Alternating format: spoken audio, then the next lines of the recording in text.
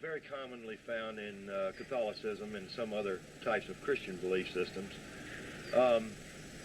He found that there was an interesting phenomena that was occurring with the children. The children that had been abused literally since birth had developed some extraordinary senses visually. They had 44 times visual acuity improvement. In other words, they could see practically in the back of their head. He could envision using that one thing alone for his special SS forces. In addition to that, he also found out that these children had developed photographic memories, and along with a host of other psychological as well as psychiatric changes that seem to occur when people are exposed to horrific abuse. He took those studies, or actually had a fellow by the name of Heinrich Himmler, began to delve deeper and deeper into the research until... Hello everyone. It's been a second, hasn't it? What you're about to watch is going to be a little bit of an odd experience. For starters, I'm putting a warning at the beginning of this video. This warning is twofold. I think some people might get the initial impression this is another video on Bull of Heaven, which kinda is. You'll see what I mean. There is also another component to this warning, as this video contains references to children in extremely uncomfortable situations. This originally started as a sort of deep dive into an obscure band I like that I thought would be entertaining for newcomers and long-time listeners. But the dark, twisted heart at the center of all of this quickly grew into something so strange and grotesque that the project is almost unrecognizable from what it was originally intended to be. Either way, though, we will start this exploration as I originally started it, with Bull of Heaven. Now, I won't be going into detail about who Bull of Heaven are here. I have made a video on that doing it a bit better if you want to watch that instead. But as a quick refresher, they are a group that primarily makes music that falls roughly under the categories of drone and ambience. They are known for their unusual style and being one of the first bands in the proto-internet age of music to really take advantage of technology as a medium. One specific aspect of this is their usage of spoken word samples. As early as their fourth album, Reasoning in a State Hospital, they were utilizing these spoken word passages. That piece in particular having reverse segments of the 1956 film Invasion of the Body Snatchers being played in the background sporadically. The group would continue to use them with varying degrees of distortion and editing applied, and they can honestly be said to be one of the few constants across Bull of Heaven's output. The third era of the band that began after the Roman numerals and continued until 210, a wall in which an insect lives and gnaws, is no exception to this, including quite a few examples. One of them in particular being somewhat infamous. Now, the most disliked pieces in Bull of Heaven's discography are often the most popular ones, as those attract the greatest amount of outsider attention. But if we were to limit ourselves to the opinion of people experienced with the band, most of the pieces that are widely disliked are either obvious jokes, or they run an idea that was already established into the ground. 121, O Nobly Born, They Are Not Really Precipices, is an exception to all of these reasons. It is a work that is disliked because of its content, but not in the way you would normally expect from this band. O Nobly Born is 97 minutes long and is composed of two sections. The first one takes up the initial half hour of the audio file, being what sounds like a heavily distorted recording of someone ranting on various political issues that's been put over a deep, bassy rumbling. Wake up! Wake up to this evil that's in our land and in our church!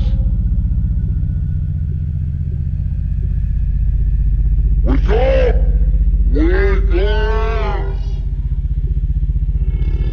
Mountains, and there are mountains of evidence that point to the fact that Barack Hussein Obama is an illegal alien, that he is not a U.S. nor natural-born citizen, but in present is a citizen of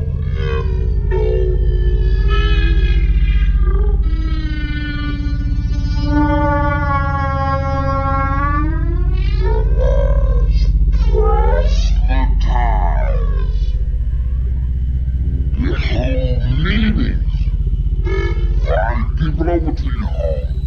Take people out to lunch. Tell them.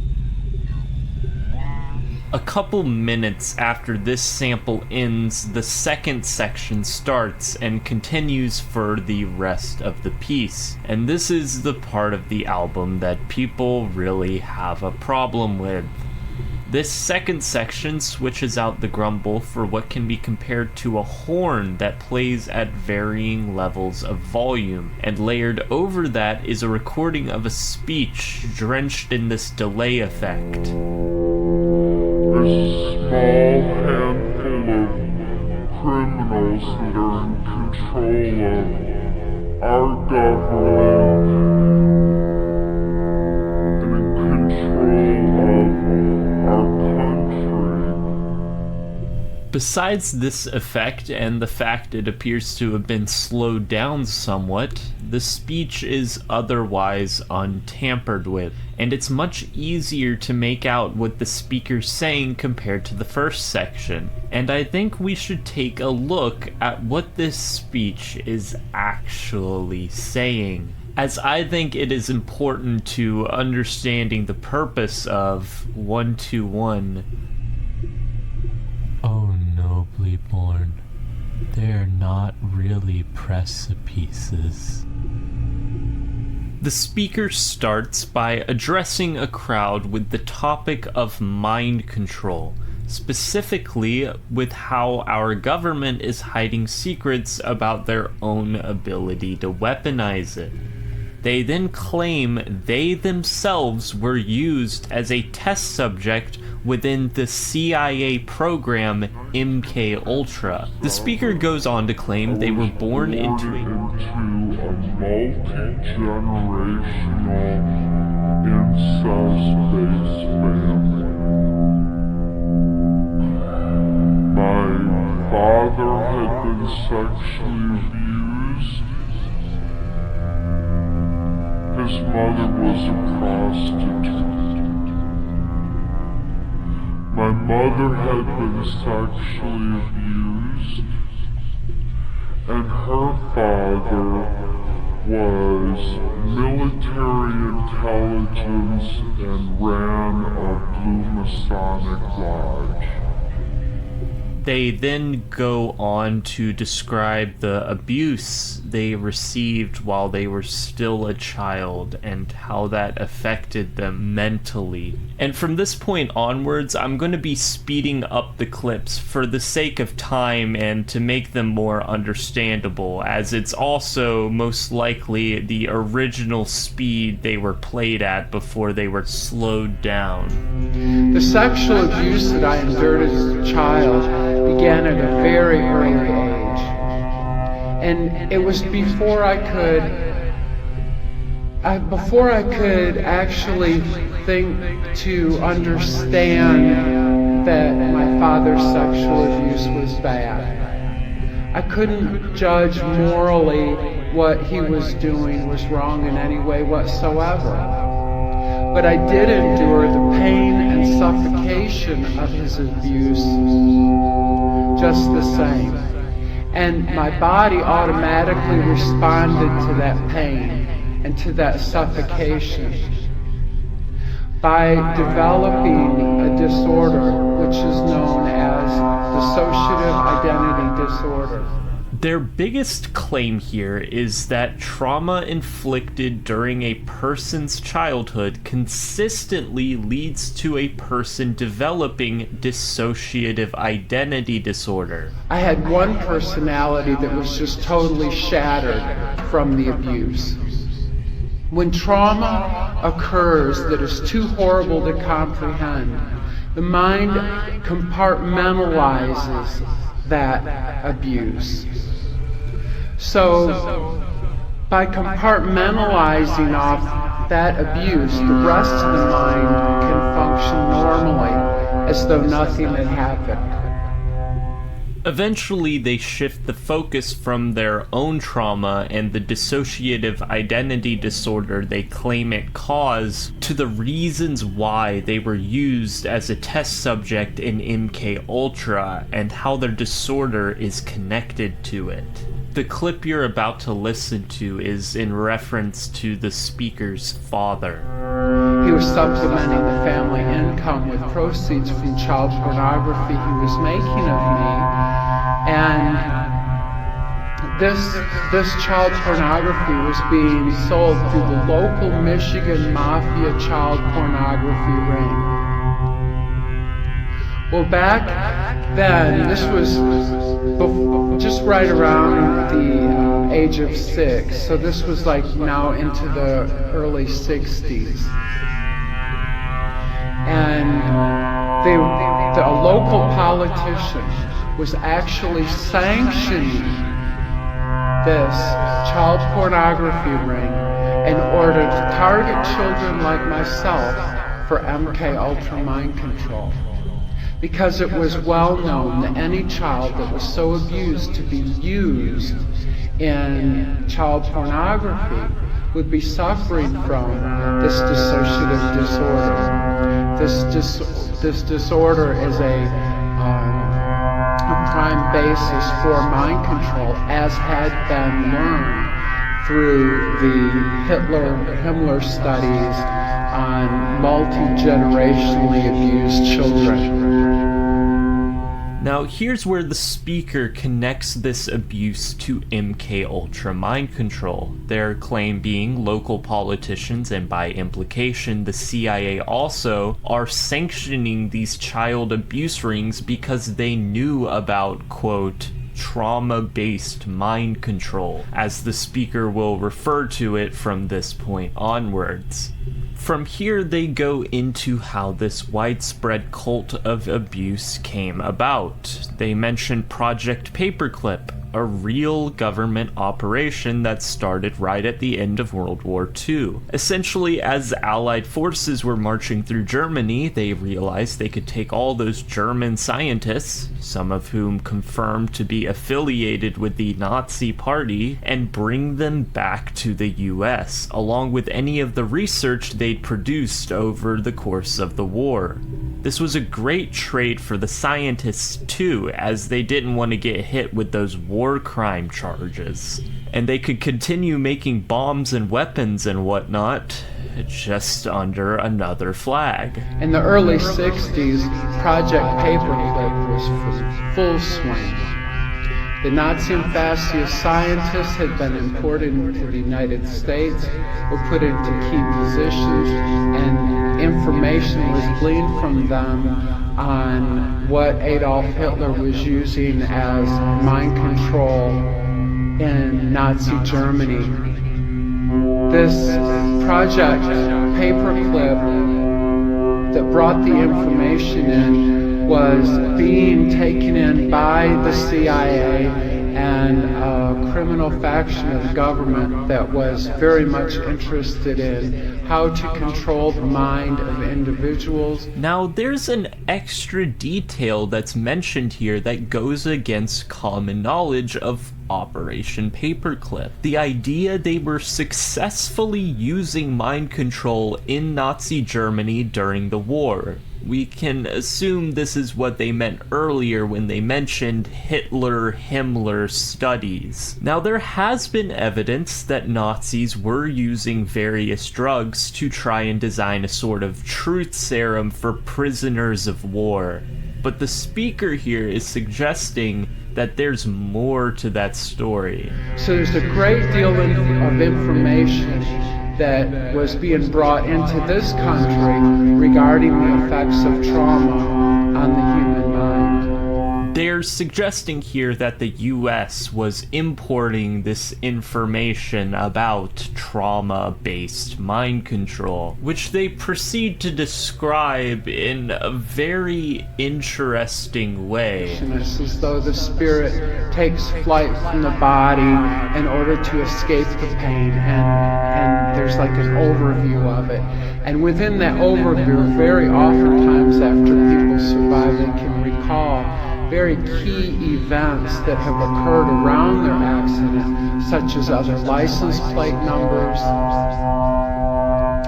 or maybe even something more on a spiritual level where they feel love energy of someone who is praying. There are many different aspects. This feels oddly abstract when compared to the more scientifically grounded claims they've been presenting up until now. But I guess we can give them a bit of a pass here.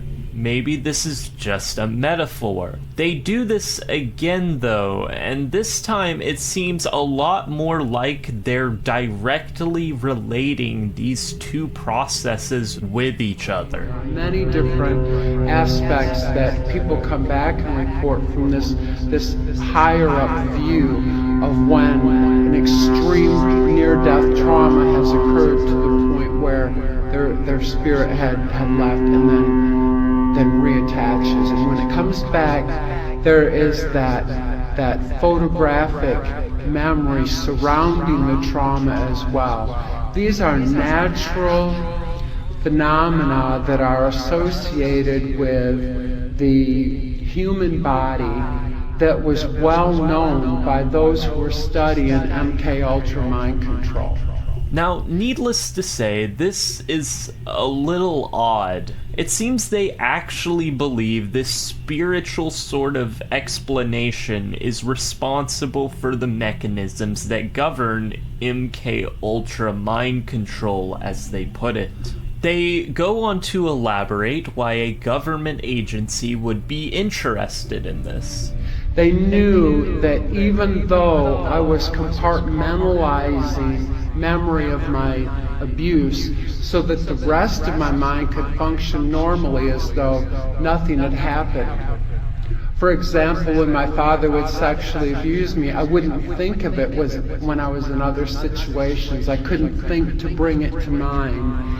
And they thought, what better place to store government secrets than in the brain of someone who can't think to bring that information to mind. This is shortly followed by a claim that a person gains, quote, 44 times visual acuity when put under trauma-based mind control. They were also interested in when a person develops 44 times visual acuity. And I developed that as well. It's as though a person gets eyes in the back of their head. My eyes were wide open. You could see whites all the way around my eyes, just so traumatized. And as though I was looking to see the trauma before it came again, before it happened again. And it's kind of like developing eyes in the back of the head. The senses become extremely super heightened. Something just rubs me the wrong way here. The odd nature of the claim itself definitely plays into it, but it almost seems like there's something up with the very structure of how they're describing it. It feels very odd and meandering in a way I can't really quite point to just yet. Anyway, they ramble on this topic for a while longer without going into any detail about how their vision was improved 44 times over besides attributing it to the automatic process the brain goes through in the presence of trauma. They even go on to describe this phenomena as a psychic perception at one point. Additionally, this kind of sensing goes into an area that gives a psychic perception. And I hesitate to use the word psychic because it's been misused in many, many ways. But nevertheless, the hearing is so acute, and the visual is so acute, and the senses are so heightened that there becomes a stronger knowing. And the government did numerous studies into the psychic abilities of people who were also abused. They claim the government knew about this and sought to recreate it in their own experiments, with them performing multiple studies into the, quote, psychic abilities of people who are also abused. Another odd detail about this testimony is how the speaker claims that this process of trauma leaves them in a state where they don't know what time has passed. So after a while, there's no comprehension of time. There's no ability to consciously comprehend what's going on, and there's no continuity of thought. This sort of sense of timelessness a victim of trauma-based mind control experiences isn't really described in detail now, but keep it in mind for later. We're then told that any form of abuse, any person who's experienced sexual abuse, especially prior to the age of 5, is forced into a state of high suggestibility. This is effectively what allows them to be programmed to carry out certain tasks. And this is where they make a very interesting implication. It's well known that when trauma occurs, people become highly suggestible. When traumas occur in our society, such as what happened 911. Let's just briefly acknowledge the phrase used here. It's well known. Whether they know it or not, this is a pretty clear example of argumentum ad populum, aka an appeal to common knowledge. This fact is true because many people think it is, and no further explanation is needed. This is tied in with, of all things, 9/11. I've always found it interesting, the tendency for conspiracy theorists to always manage to connect things back to other world events, even if the connection is extremely tangential. And I'm not calling the speaker a conspiracy theorist just yet. But this technique is in fact present with many other conspiracy theories. For anyone who's gone down a rabbit hole like this with someone, try to count the amount of world events that are all somehow linked to each other through hidden organizations and secret actions. Many people in this country, PTSD, they develop post-traumatic stress disorder.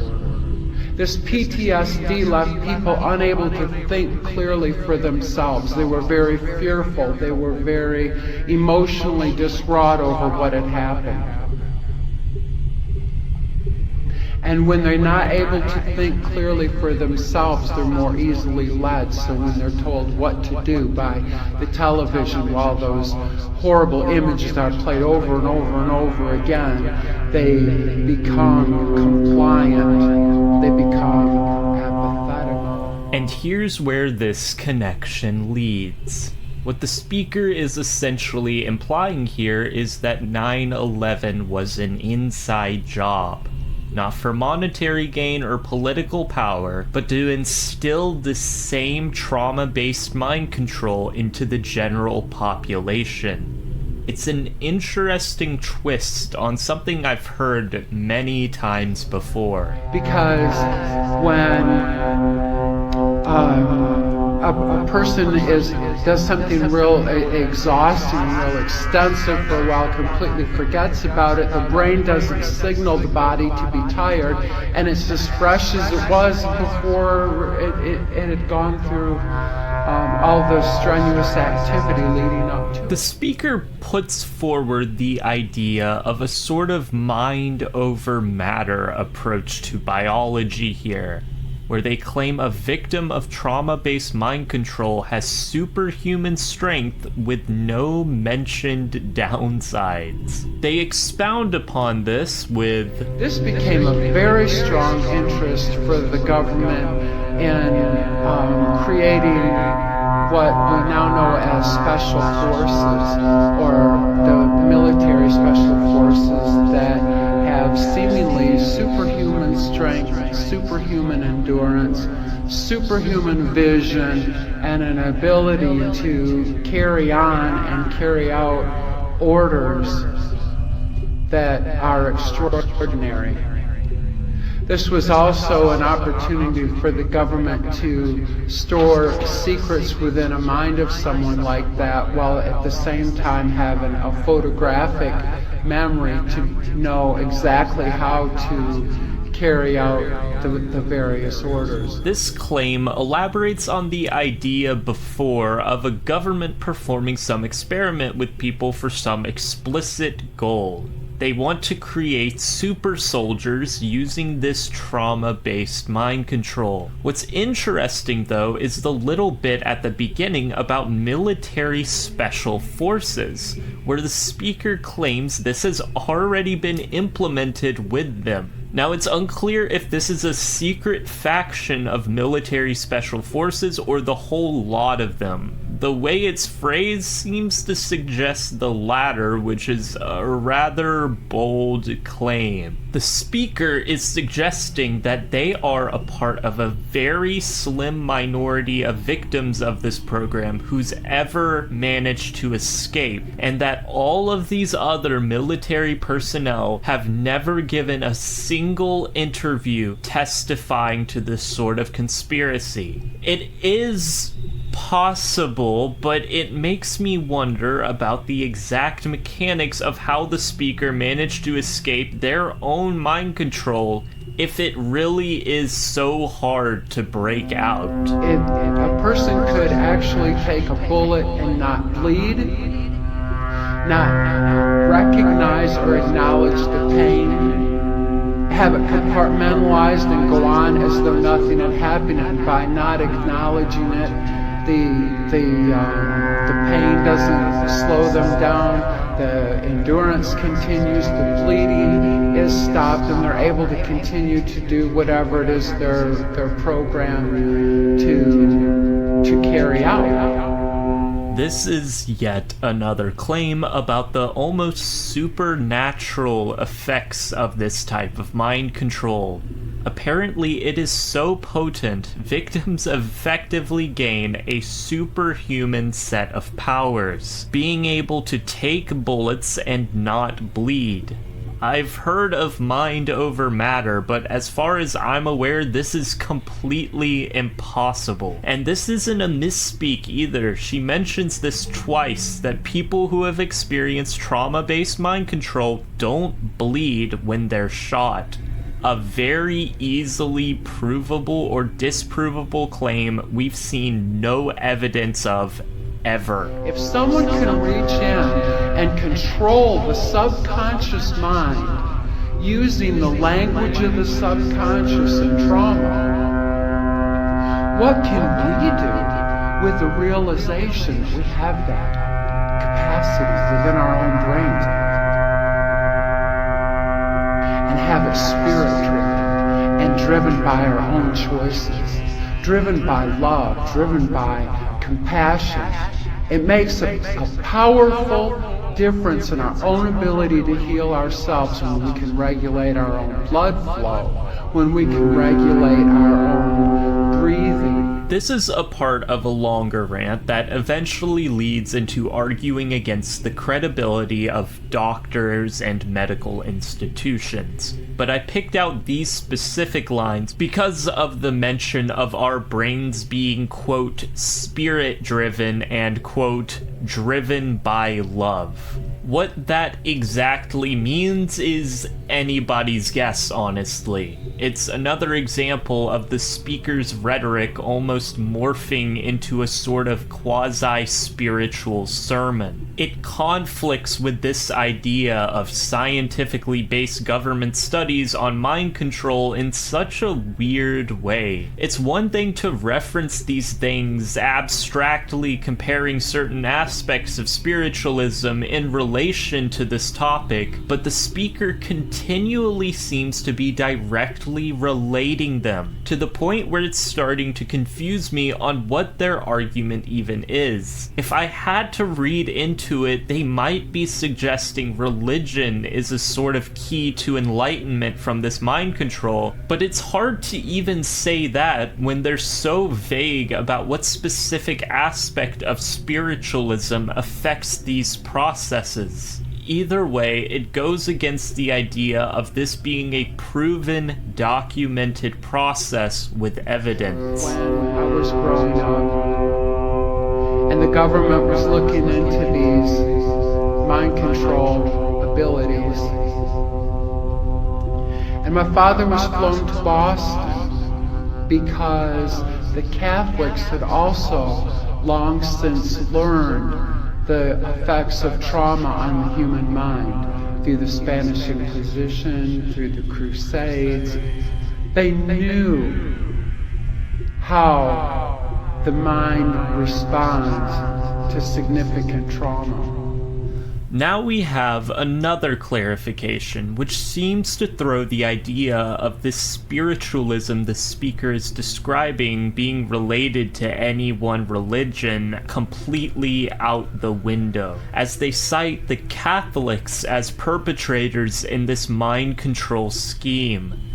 In fact, they go further and say that they always knew about trauma-based mind control and were using it to their advantage as early as the Crusades. Apparently, even the 15th to 19th century Catholics managed to figure out this system of control, and yet apparently the US needed to import information from Germany about the practice because they didn't know about it themselves. The most interesting part of this quote, though, to me, is how it seems to jump around from point to point. The beginning of it is almost completely broken nonsense. When I was growing up and the government was looking into these mind control abilities, and my father was flown to Boston because the Catholics had long since learned, it has the impression of being a sentence that makes sense. But when you look into it, there's no point being made whatsoever. The local politician that had approached my father on selling me into MK Ultra mind control was Gerald Ford. This is the same Gerald Ford who went on to become the unelected president of the United States. My victimization rose proportionately until I was used on a White House Pentagon level during the Reagan-Bush administration. But nevertheless, Gerald Ford was very much instrumental in bringing mind control not only on an individual basis, but also on a mass mind control level as well, particularly by the time he was in office of president. Consider that Gerald Ford's presidential cabinet included George Bush as head of the CIA, Donald Rumsfeld as Secretary of Defense, Dick Cheney as Secretary of State, Jack Valenti as his press secretary, course, many of you know Jack Valenti is head of the Motion Picture Association of America. And so Jack Valenti's influence was also very strong back in the Ford administration. I name these names so that you can understand who these people are, because they're the same ones over and over and over again. And people have forgotten to connect the dots to realize. Now, I've included all this because I think it paints the clearest picture of the speaker's claims on their personal experiences with trauma-based mind control. I also want to note how whilst earlier in the speech they were hesitant to name names, that has shifted now. They were sold into mind control servitude with Gerald Ford as the buyer, and they go on to name names related to Gerald Ford. What's interesting about this, though, is the fact that despite them saying people need to, quote, connect the dots, the speaker struggles to connect these people in any way other than their publicly known relations. Despite them claiming multiple times to have been an integral part of the human and drug trafficking scheme present in the upper echelons of the US government, they never cite any people outside of well-known public officials or their own family members. It's either an extremely well-known figure or somebody they personally would already know extremely well. Where did they come from? Who are they? What did they do? Like our new Attorney General. Our new Attorney General was an attorney for Enron. Our new head of the CIA has said that no one is allowed, he has mandated already that no one is allowed to say anything against this administration. The new Attorney General the first thing he did was denounce the Geneva Convention, believing that in these times we should allow for torture. Let's actually break down these points the speaker's making. Now, when they mention the Attorney General worked for Enron, I'm assuming they're referring to the mega corporation that filed for bankruptcy in 2001 over its entire sustainability model being based on committing as much fraud as possible and hoping nobody notices. Now, I am completely unable to find any evidence of the then acting Attorney General John Ashcroft ever, quote, working for Enron. He did personally remove himself from the legal case against Enron as they had supported his Senate re-election campaign, representing a clear conflict of interest. This is a normal legal practice. He was required to do it, actually. The only thing I can imagine is the speaker has completely misunderstood this fact to the point where they're now claiming John Ashcroft directly worked for Enron in some capacity. I can't understate how much of a blunder this is, because even if the Attorney General did work for Enron, I don't see how that supports the speaker's original argument of these politicians somehow all conspiring to cover up their web of mind control victims. It's a red herring, essentially. The same applies to their second point, which I actually agree with to some degree, though again the speaker seems to get a few essential things wrong. Now, I believe they've gotten confused here. They refer to the new Attorney General once again, which leads me to believe they mean John Ashcroft, except the claim they're making here, the fact that the Attorney General denounced the Geneva Conventions, I believe is referring to Alberto R. Gonzalez, who did become Attorney General after John Ashcroft, but was not the Attorney General at the time when this was recorded. Gonzalez, in a memorandum written in 2002 to the president at the time, George Bush, stated explicitly that the, quote, Geneva Convention number 3 on the treatment of prisoners of war does not apply with the current conflict with Al-Qaeda, and then further expands this to include the Taliban as well, with exceptions. Now, this is somewhat concerning in regards to the government just being able to decide when the Geneva Conventions apply and when they don't, but is a much different statement than what the speaker originally claimed. It's been cherry-picked and stripped of its context to make it seem a lot more damning than it actually is. It starts to make it seem like the last few passages I've quoted have just been names put together in order to sound like an argument for the legitimacy of this secret web of mind control perpetrators, when in actuality, it doesn't prove anything.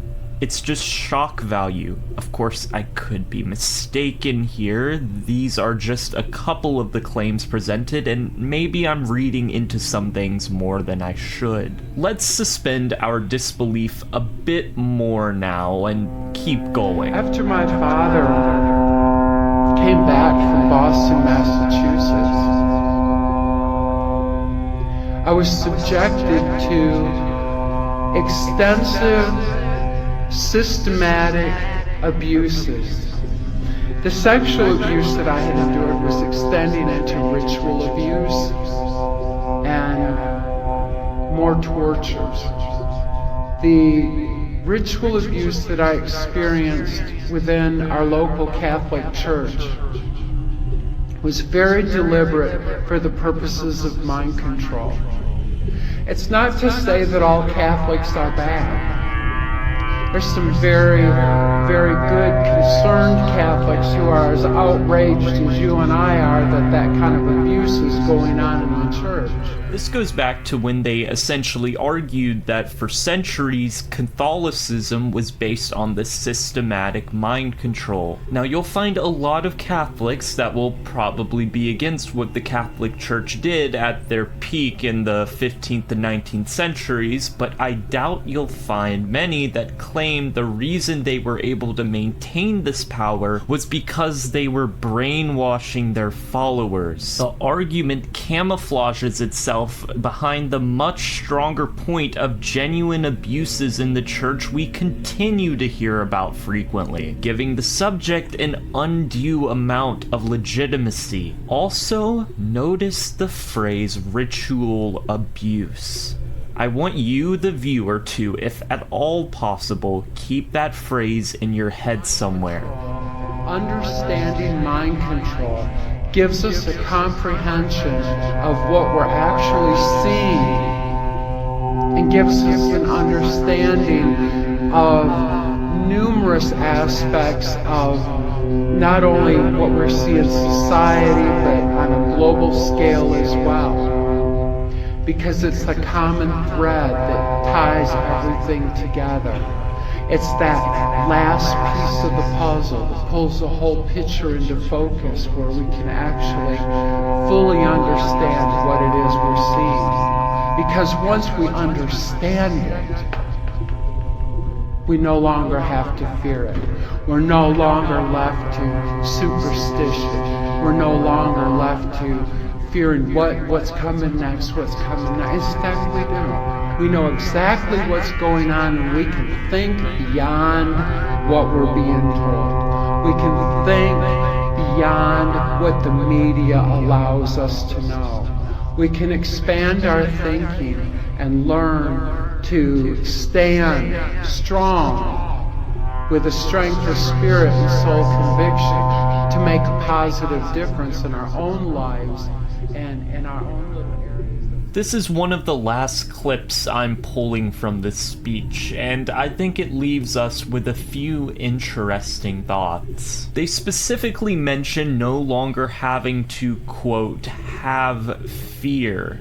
This is kinda a ridiculous statement though when you think about it, because either way you put it, someone coming to the conclusion that there are evil, child traumatizing, mind controlling freaks running our government is probably going to have a whole lot of fear. This speech does nothing but breathe fear into the minds of anyone who believes its claims to be valid. Secondly, the line of "we're no longer left to superstition" is said in almost the same breath as "stand strong with the strength of spirit and soul conviction." The speaker has littered their arguments with superstitious elements, from claiming that the mind literally leaves the body whenever someone experiences great amounts of trauma, to this quote in particular. To the point where the criminals that have been in control now for numerous generations took a significant step forward in their control.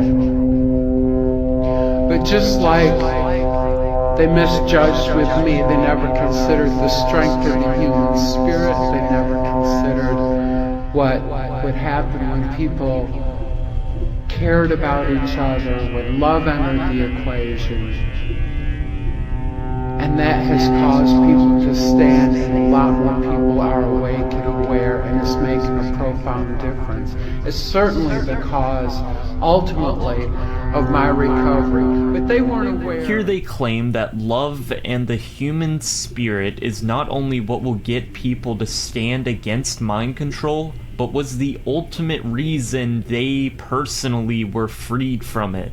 It's all weirdly reminiscent of a plot of some trope-laden piece of fiction. A TV show where the protagonist saved the day using what else than the power of love. How strange. And that's really the last relevant quote I can pull from. The rest of the speech spins off into a tangent that runs along the same points we already knew about, before fading out and leaving us with a lingering silence. What have we learned from analyzing this speech? Well, we have a clear idea of what the speaker believes in. Some faction of the CIA and the US government in general is seeking to control the population through mind control in the media, but more directly, they're using something called trauma-based mind control, aka the practice of traumatizing children in order to make them more suggestible, with the eventual goal of making what are essentially human drones who can compartmentalize confidential information and run it between various people. Though there are a few oddities with these claims we've noted so far. Bull of Heaven, for whatever reason, has decided to use this speech in one of their releases. And since they are the ones who found it, maybe they know a bit more about the context than we do. That fact alone sets the stakes pretty well, actually. The band has been known to make fun of conspiracy theories and use speeches from them in jest. But considering the serious implications of this one in particular, if it was just randomly thrown in, it could easily be argued to be an extremely bad taste. The mission now is to figure out if there is some layer of meaning beyond it just being a sample the band decided to use because it sounded cool. There are a few details about 121 Oh Nobly Born They're Not Really Precipices I've yet to mention. While trying to figure out what was most likely the original speed the second speech was played at before it was slowed down, I realized if you speed the file up about 45 times, you can hear something weird. Was actually sanctioning this child pornography ring in order to target children like myself for MK Ultra mind control. Because it was well known that any child with social to be used in child pornography who suffered from this disease was disorderly,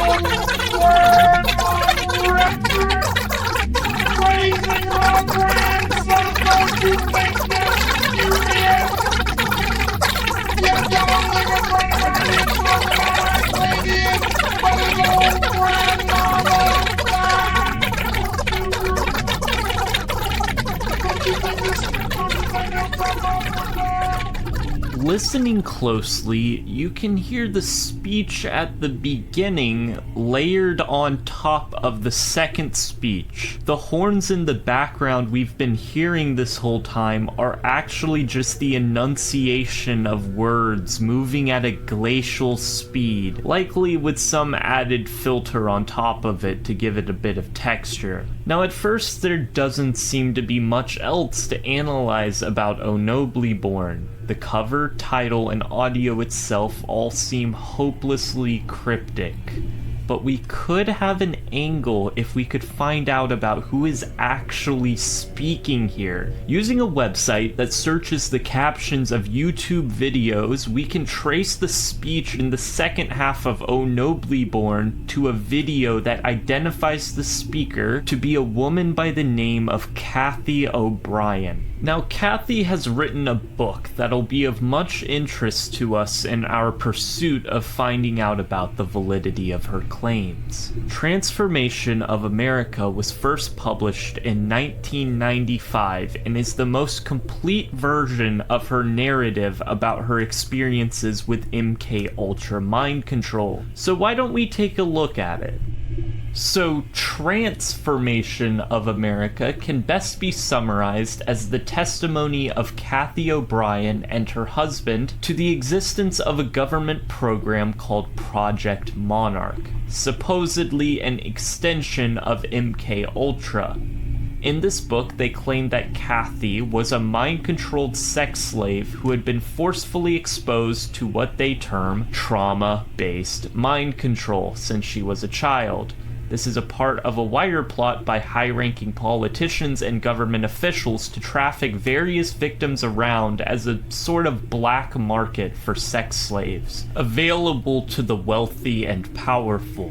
They also claim that another purpose of this program was to smuggle information on various drug operations and secret dealings in the memories of these victims, alleging that trauma-based mind control effectively caused photographic memory in any person who had it, but the memories were only accessible in specific personalities. These personalities could only be programmed and accessed by people who knew about the project, making these victims, supposedly, the perfect mules for conveying information discreetly. Kathy specifically mentioned several well-known political figures as members of this conspiracy, including Ronald Reagan, Gerald Ford, Senator Robert C. Byrd, the governor of Pennsylvania, Dick Thornburgh, Colonel Michael Aquino, etc., and also a great deal of the country music scene. A quote from Kathy O'Brien reads, "Nashville's local government, from my perspective, was totally corrupted by these criminal covert operations. Cover-up, murder, drugs, and white slavery prevailed. Entertainers usually made it big only when they participated in CIA operations and or were slaves themselves. The book itself is broken up into several segments. The first section is an account from Kathy O'Brien's husband, Mark Phillips. Kathy's much lengthier section being later in the book. In the middle, however, at least in the copies I had obtained, there is a collection of supporting documents that supposedly proves the claims the couple are making. And I just want to go ahead and jump straight into them, because Mark and Kathy will claim to have evidence of what they're saying several times throughout the book. But what this book contains is her life, that which we can validate. When this book was printed, we had over 27,000 documents. 27,000 documents fit into 5 file cabinets. We now have over 3 tons of paperwork. General Russell Bowen recently, I won't say. So, why don't we see for ourselves what they decided were the strongest bits of proof out of all of those tons of documents they managed to obtain? Right off the bat, we have a photograph of this guy, and his name is Alex Houston. He was an ex-husband of Kathy's, and if the couple are to be believed, her second government-appointed slave master. Mark Phillips, in his section of the book, claims he and Alex Houston were business partners who ran a company that sold industrial-grade electric capacitors. They were in contact with the Yingzhan International Shipping Company, which wanted to negotiate a joint venture contract with the Chinese mining ministry. And there is evidence of this in the form of business cards and a newspaper which cites them as negotiating a big business deal with the Chinese government.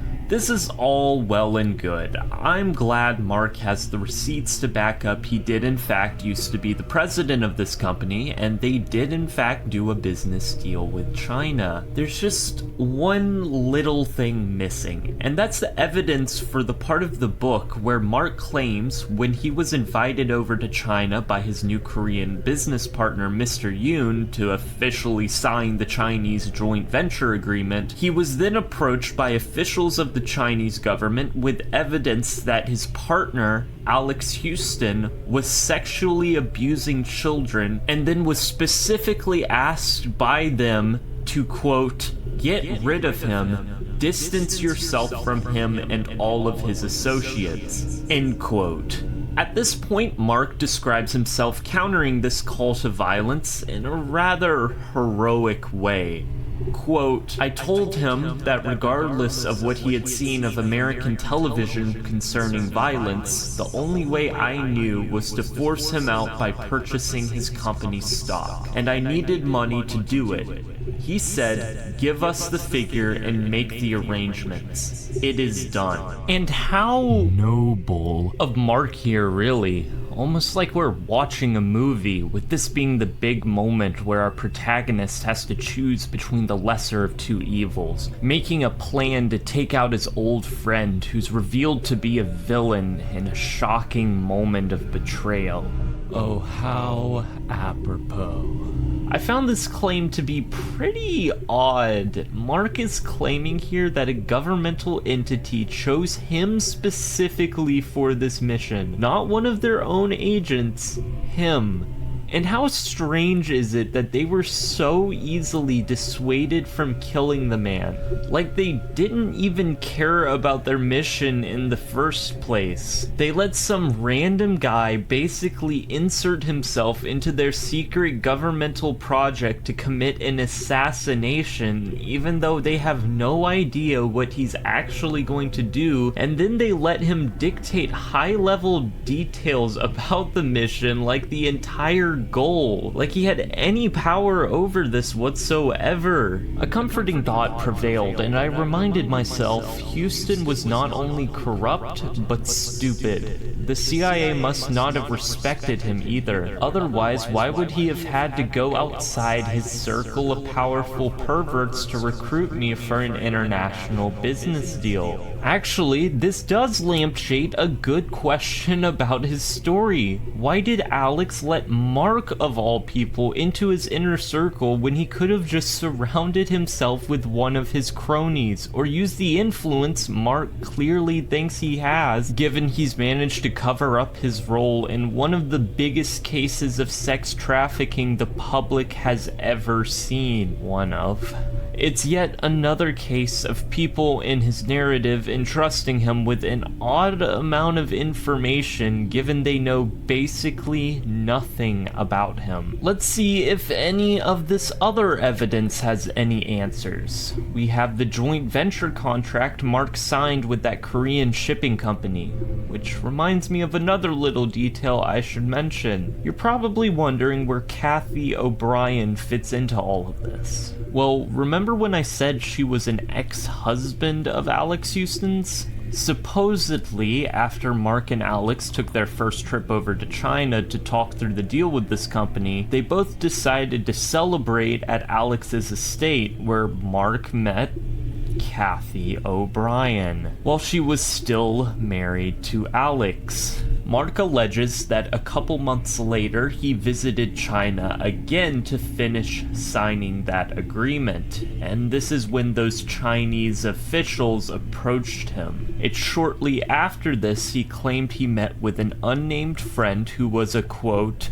retired Air Force general from the Intelligence Division, where they discussed how to break Kathy and her daughter out of the government-sponsored slave trade Alex was smuggling them through. And this is what this general told him to do. He said, okay, get the mother on the phone while her handler, Alex, is gone. Use the usual hang-up code of dial and ring twice. Hang up, call back, ring once, hang up, and call back. Tell her you're God, give her a biblical passage. They're all Christian-based programmed around here. Understanding that this procedure would gain Kathy's full attention, the general continued. She'll do anything, and I mean anything, except toast Houston, that you command her to do. Remember, God commands. Find yourself a preacher who knows the Bible and get a double-bind verse. You know what to do, for God's sake. And listen, if you do this, you're on your own. It's hard to even understand what Mark is talking about when he mentions Christian-based programming and double-bind verses, because he never talks about it at any point ever again. Kathy doesn't mention it at all in her section of the book, and spoiler alert, the rest of the evidence section isn't any help either. This is all essentially unsubstantiated and unexplained. So in reality, there's a really big question mark around what actually transpired during one of the most important events in the book, when Kathy O'Brien was rescued from her handler Alex Houston and the mind control servitude she had been experiencing for decades at this point. The next few documents are a bunch of business cards with Mark E. Phillips's name on them, and they're essentially here to prove the parts of his story where he claims he A. worked for a couple years as a salesperson for Great Northern Airlines back around 1980, and B. as proof he actually was in Alaska with Kathy from late December of 1989 to January 1991. Working various jobs. And I think I actually want to clarify the timeline of what Mark and Kathy are claiming. So after Mark, supposedly, frees Kathy and her daughter from the alleged CIA-employed hypnotist Alex Houston, Mark states they went to Vegas, not commenting much on the time they spent there, and then claims they moved to Alaska shortly after. This much I can confirm, but let's look at the timeline here. Mark claims at multiple points he believes the CIA to be actively hunting him down. Now I was back in Alaska, unemployed and knowing I was being tracked like an animal by the same organization I had previously indirectly worked for. the Central Intelligence Agency. And yet, despite this, he stays around the scene of the crime for an awful lot amount of time, spending the majority of 1988 in Nashville, where Alex Houston's estate is, after he coordinates his rescue and relocation of Kathy and her daughter. Kathy even comes back to Tennessee at one point to attend a court appearance for her divorce. And then after that, Mark still chooses not to leave the States, going up to Alaska like it's some entirely separated entity apart from the US. Keep in mind, this is all happening while he claims he is actively being hunted by the CIA. He clarifies his argument for moving up to Alaska with this line of reasoning. For me, I had to trust that my escape plan would convince interested CIA personnel that we no longer represented a threat to their security. The plan was based on an ancient psychological warfare formula developed by the Romans. I wanted to portray myself as akin to a character in a bad Reagan Western movie and ride off into the sunset, never to be heard from again. Mark seems to be under the impression here that the entirety of the CIA thinks along the same lines as and this is based on his words, a badly written villain in a Western. To give him credit, though, this does fall in line with what he claims the government to be. A bunch of cartoonishly evil freaks who traumatize children for mind control assignments and sex trafficking. Just noting the connection there. Now, according to Mark, his plan works perfectly. Despite having run-ins with multiple branches of the federal government, Mark Phillips somehow manages to elude the CIA. This is also the part of the book where Mark mentions amidst all of this the divorce he was going through with the wife he was still currently married to. He hardly mentions this partner or the son he had with her in the book, and just states the reason of their divorce to be, quote, "My wife mutually agreed her life could be more emotionally rewarding without me," end quote. Yet this is very likely oversimplifying the cause, as I can't help but think that this stuff involving Kathy O'Brien had a very major part in his divorce and him essentially abandoning the son he had with this now ex-wife of his. He even admits he completely cut contact with this side of the family. Quote, "To safeguard my precious teenage son Mason from being hurt and or unwittingly used as a pawn to force me to remain silent, I had virtually destroyed our father-son bond," end quote. Anyway, though, there is evidence the FBI was pursuing a case with him, as on September 9th, 1991, he was mailed a notice that they were conducting an investigation involving, quote, "mailing threatening communications," with the feds dropping the charges shortly after. Within a few months of these threats came others threatening both of our lives and liberty from every branch of law enforcement within the state of Tennessee. This included the Nashville office of the FBI. The latter was in a form of a clerical mistake on the part of the FBI that was to be a frame-up for my supposedly threatening the President of the United States, George Bush. This charge was totally groundless and was subsequently dropped, but only after I secured a lawyer.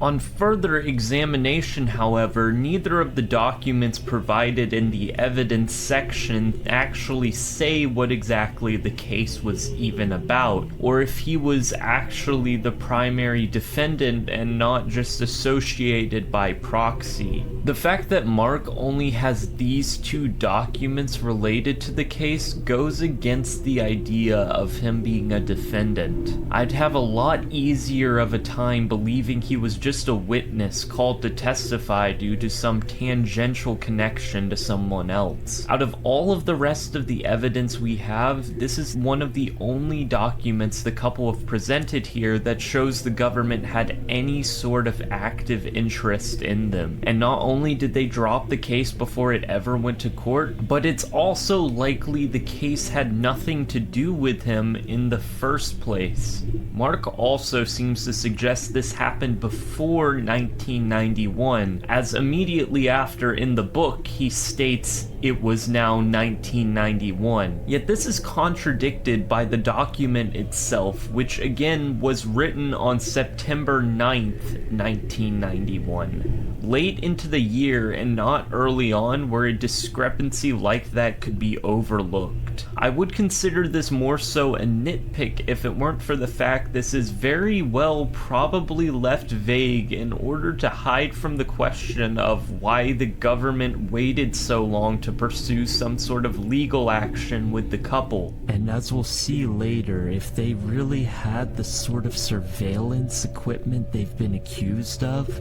they would have a whole lot more material to work with. And notice the fact that Mark is now talking about the FBI, not the CIA, which he has previously specified to be the organization actually responsible for hunting him down in every other mention of them he gives. So far, his story has mainly sustained itself on the implied fact that the FBI and the CIA are separate organizations along with the rest of the government, and it's specifically the CIA who are the corrupt organization that are perpetrating MK Ultra in the modern age. And yet this seems to suggest they're all in cahoots with each other, which brings into question how he was able to get away with interacting with the FBI in multiple situations without alerting the CIA to his presence, how he was able to get his divorce filed, how he was able to send evidence to multiple FBI officials. It's an interesting discrepancy. Now, specifically with Transformation of America, we have a very unique opportunity to verify some of the couple's claims. Given this book was written by two different authors who sometimes write about the same events, we have the ability to cross-verify at least a little bit of the story the two give. Now, keep in mind, these two have been able to converse and discuss how they were going to write the book for a good 2 or 3 years after most of the major events they describe actually happened. And they've experienced most of these things firsthand, supposedly. Kathy describes herself as having a photographic memory multiple times in the book as a result of her trauma-based mind control, writing about herself photographically recording information, photographically reciting messages, etc., etc. But let's put that to the test by taking a little excerpt from Kathy's section of the book. Just before Kelly and I were to leave for California, Mark asked me to help him force Houston out of business by providing him with the files on suspected corporate criminal activity that Houston kept hidden at our house. Not only did I gladly do so, but somehow I was able to ask for help in return. She claims Mark had contacted her prior to him rescuing her and requested she hand over files on any corporate criminal activity, with her stating this was when she somehow broke her mind control programming and asked Mark for help. That's already a little odd, but Mark Phillips in his section of the book explicitly states that, quote, "I drove to my office to begin the process of discovering something Houston must have done that would breach the performance contract he and I had signed when we started the company. As I had mentally predicted during the long flight from Hong Kong, the entire ferreting process took about 15 minutes. It seemed that Houston and the old acquaintance who had introduced him to me were, as they say, selling out the back door."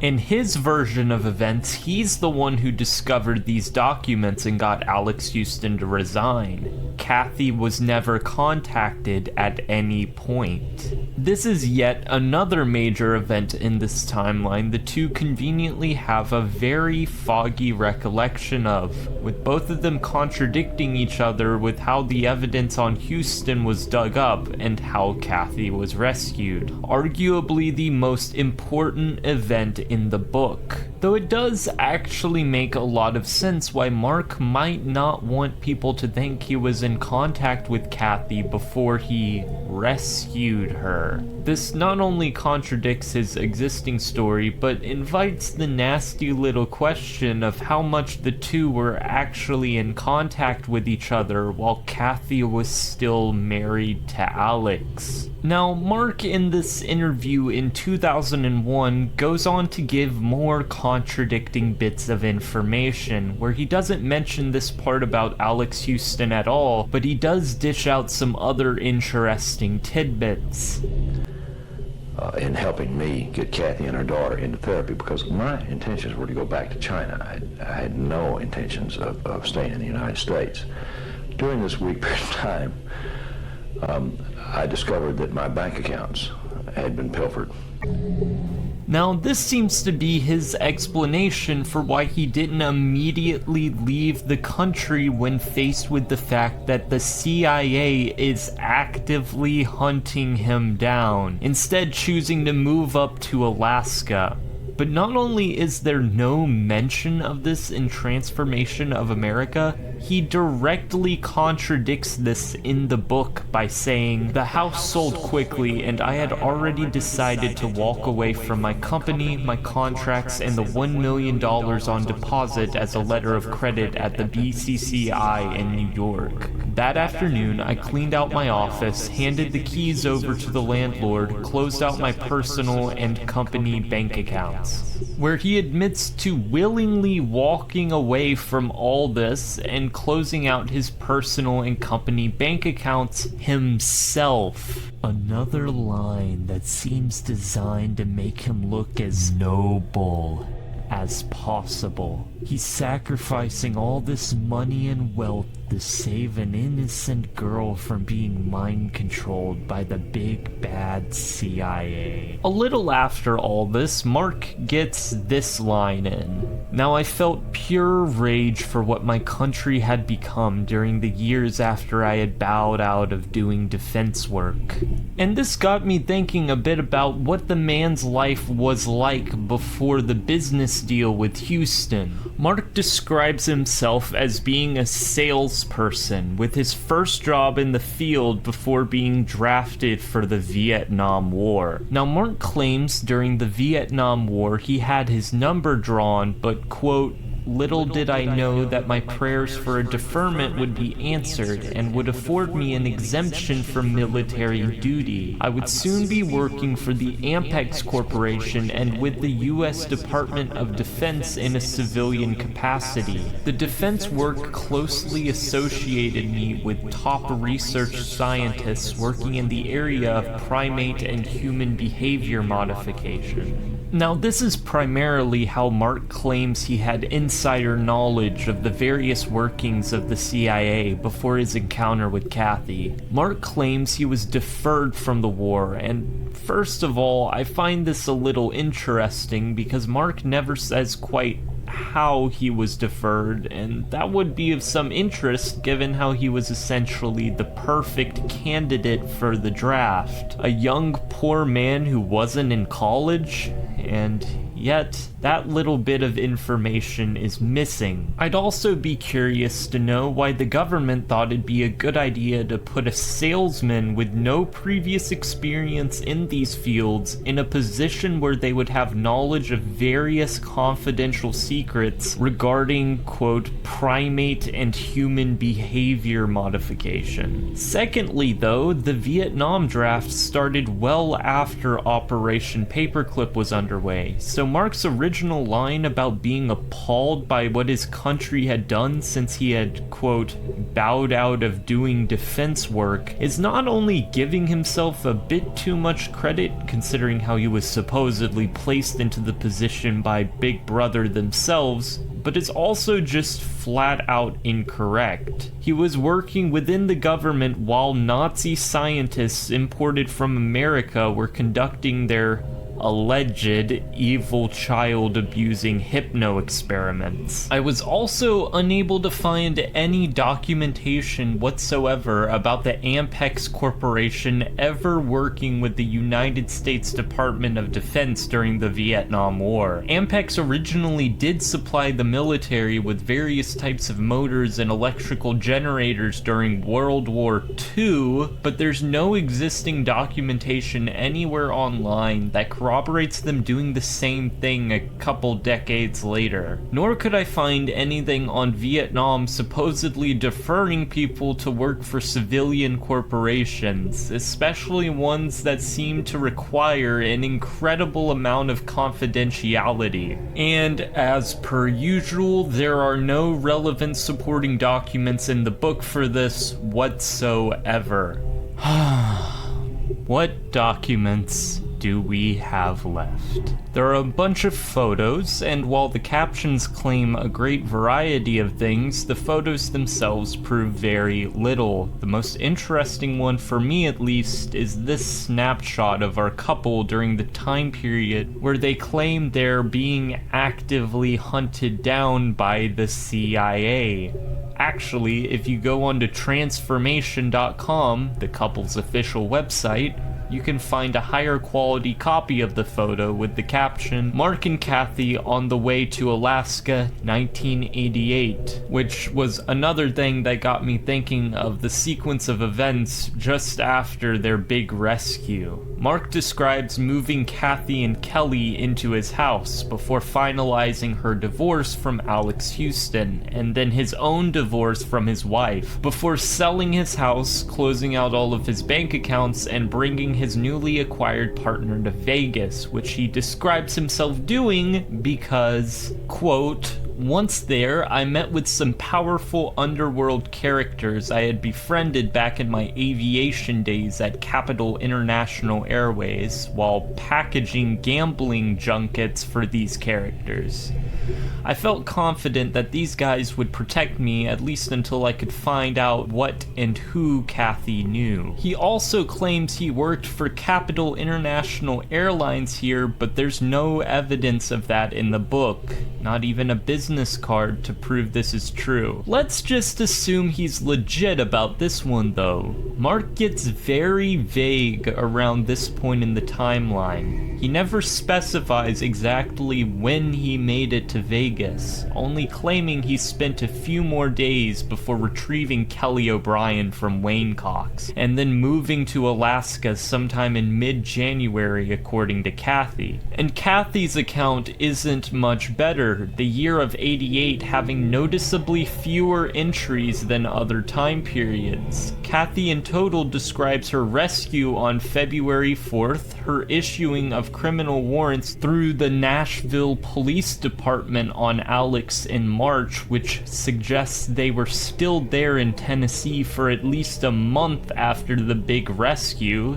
the date she legally divorced Alex Houston on November 9th, and then when she was pulled into court against her other ex-husband Wayne Cox on December 9th, where she complied with the court to give him a 2-week visitation period with her daughter Kelly before they moved out of state. Shortly after this, the three of them went up north. Now I think you can imagine why I would be interested in both members of the couple suddenly getting very vague when it comes to a certain period of time. It really does make me wonder. Continuing on with the evidence section of the book, there are more business cards, and I think I will show the claims he makes for each of these. He claims this Nashville dermatologist removed Kathy's, and I quote here, stun gun prod moles Freudian slip there, eh? He also claims Samuel J. McKenna, an oral surgeon, was responsible for fixing her torture-inflicted injuries. Another card from Dr. Robert Alberts is shown here, and the captions state he was the first psychiatrist to have evaluated Kelly and her mother. He isn't mentioned a single time in the book though, so I'm not sure why his card is even here.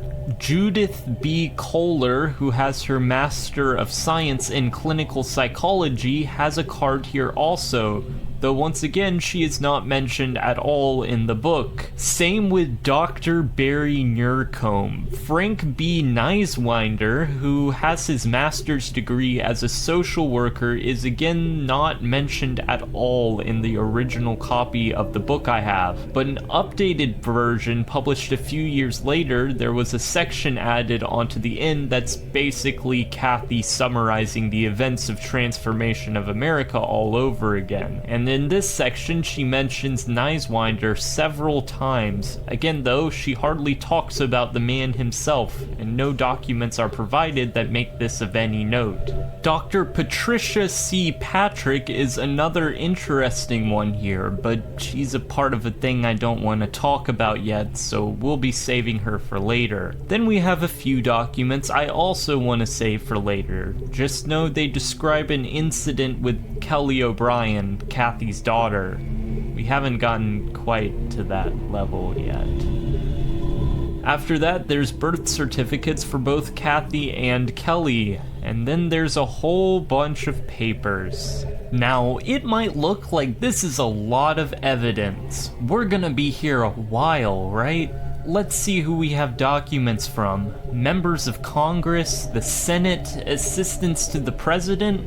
Wow, this all looks very convincing. It's a shame that every single one of these documents essentially says the same thing. Hey, we got your letter and we super pinky promise that we're looking into what you're sending us. These are all scripted responses just so the original sender knows the person got their letter and to not send any more. The one exception to these is a letter from the CIA about a request submitted by Kathy about what information they had on her, and they had nothing. What names she searched or any relevant context at all is completely missing here. Nope, not a single one of these helps prove anything at all about the Monarch story. So why are they here? I'm gonna leave that one hanging for a little bit. There's another big chunk of business cards that aren't really noteworthy. They're just like all the other cards. All claims, no evidence. Proving someone exists is not evidence they did anything bad. And then we have a bunch of screenshots of the title pages of Congress hearings about MK Ultra, and only the title pages. Now, I've seen quite a few unusual ways of citing sources, but this one is quite odd indeed. They don't make any claims about these papers, don't reference them in the book, don't cite them at all. They just took a bunch of documents about MK Ultra, photocopied the first page of them, and slapped it right in there. There's only a few reasons for this I can really think of. It's a choice between neither of them knowing the most fundamental basics about how to write about research, or it's them purposefully trying to present documents of the existence of MK Ultra as proof to the existence of Project Monarch, and not bothering to cite anything within those documents since there's actually no evidence Project Monarch exists within them. In a way, they're pushing the burden of research onto the viewer, making it harder to disprove their claims by not actually making any claims or being very vague about it. And the very last page of the evidence section section is a news article that mentions the government has secret programs related to the Pentagon, the CIA, and the DIA. Nothing we didn't already know. Again, nothing about Project Monarch. And that's it. That's every piece of evidence in the original copy of Transformation of America. All those thousands of documents and evidence, decades of abuse, countless victims, and this is the best proof they have. There is not a single thing here that couldn't have been obtained through legitimate means. None of it goes to proving there are groups of wealthy individuals linked to the government that are currently participating in sex trafficking, cannibalism, or human sacrifice enforced through a system of mind control. Absolutely none of it. So let's ask why. Up until this point, I really have tried to give Mark and Kathy the benefit of the doubt, but seeing how unsubstantiated their claims are and how their attempts at trying to substantiate them only seem geared towards presenting the impression there is evidence without actually presenting evidence, the picture starts to take on a little bit more shape. So let's start by first re-examining some of the events that were originally described to us. An observation I made in the section of the book after the couple claimed to have gone to Vegas was how often Mark started to cite his concerns over money. Before this point, it's assumed that leftover funds from his position at Uniphase and selling his house would have easily paid for their expenses while he searched for a new job. By the end of '88, however, this had changed apparently. The first mention of these money problems actually occurs right after they retrieved Kelly from Wayne Cox. Quote, "Kathy and I continued to stay parked in Las Vegas for a few more days, waiting to retrieve Kelly from a last-minute suspected CIA court-ordered visit with her biological father, Wayne Cox. Later, I would learn from Kelly's medical reports that she had spent Christmas vacation in hell. I was now alone in my mind, scared and going broke fast." And there's really a lot we can gather here. First of all, Mark is being strangely coy about the amount of time he spent in Vegas. He describes the period he spent there as a few more days. But we can see this is definitely an under-exaggeration when you compare it to the dates the couple cite. Kathy claims she attended court against her ex-husband on December 9th. Quote, "December 9th, 1988, with only a few hours' notice, I was subpoenaed into court as Mark Phillips, Kelly, and I were preparing to flee the state." And this is, of course, when it was decided Kelly O'Brien would be going away with her biological father, Wayne Cox, for a couple weeks. Kathy's excuse for why she allowed Wayne Cox, a man she believed to be a, quote, "an occult serial killer used professionally by the CIA to take away her daughter without any sort of incident," was that she was dissociative and amnesic. If we take a look at some of Kathy's other books, though, we can find she later claims she told Mark that Wayne Cox was a danger to her daughter before they went to Vegas. Quote, "I interrupted Mark to anxiously inject, 'I know I already told you about Wayne Cox. I'll probably never see Kelly again.' My eyes widened even further in horror. 'No, you didn't tell me.' Mark appeared calm to me despite his increasing alarm for Kelly's immediate plight. My hysteria rising, I blurted out to Mark as he drove us out of Nashville, 'He's gonna kill her in a ritual. He always kills people.' 'Write it out,' Mark instructed. I'd like to take note of the fact that Kathy's direct observation here is Mark felt absolutely no emotion about Kelly being in the presence of someone who's supposed to be an active danger to her. She's the one who attributes that emotion based on her own thoughts. He absolutely knew about Kathy's beliefs about Wayne before he headed over to Vegas, and yet he still chose to leave Kelly with him, past that, he also oddly didn't seem to be angered or stressed or upset by the situation whatsoever. On December 25th, Kathy claims that, quote, "In a rather dramatic rescue, Mark Phillips and I successfully saved Kelly, but not before severe psychological damage had occurred."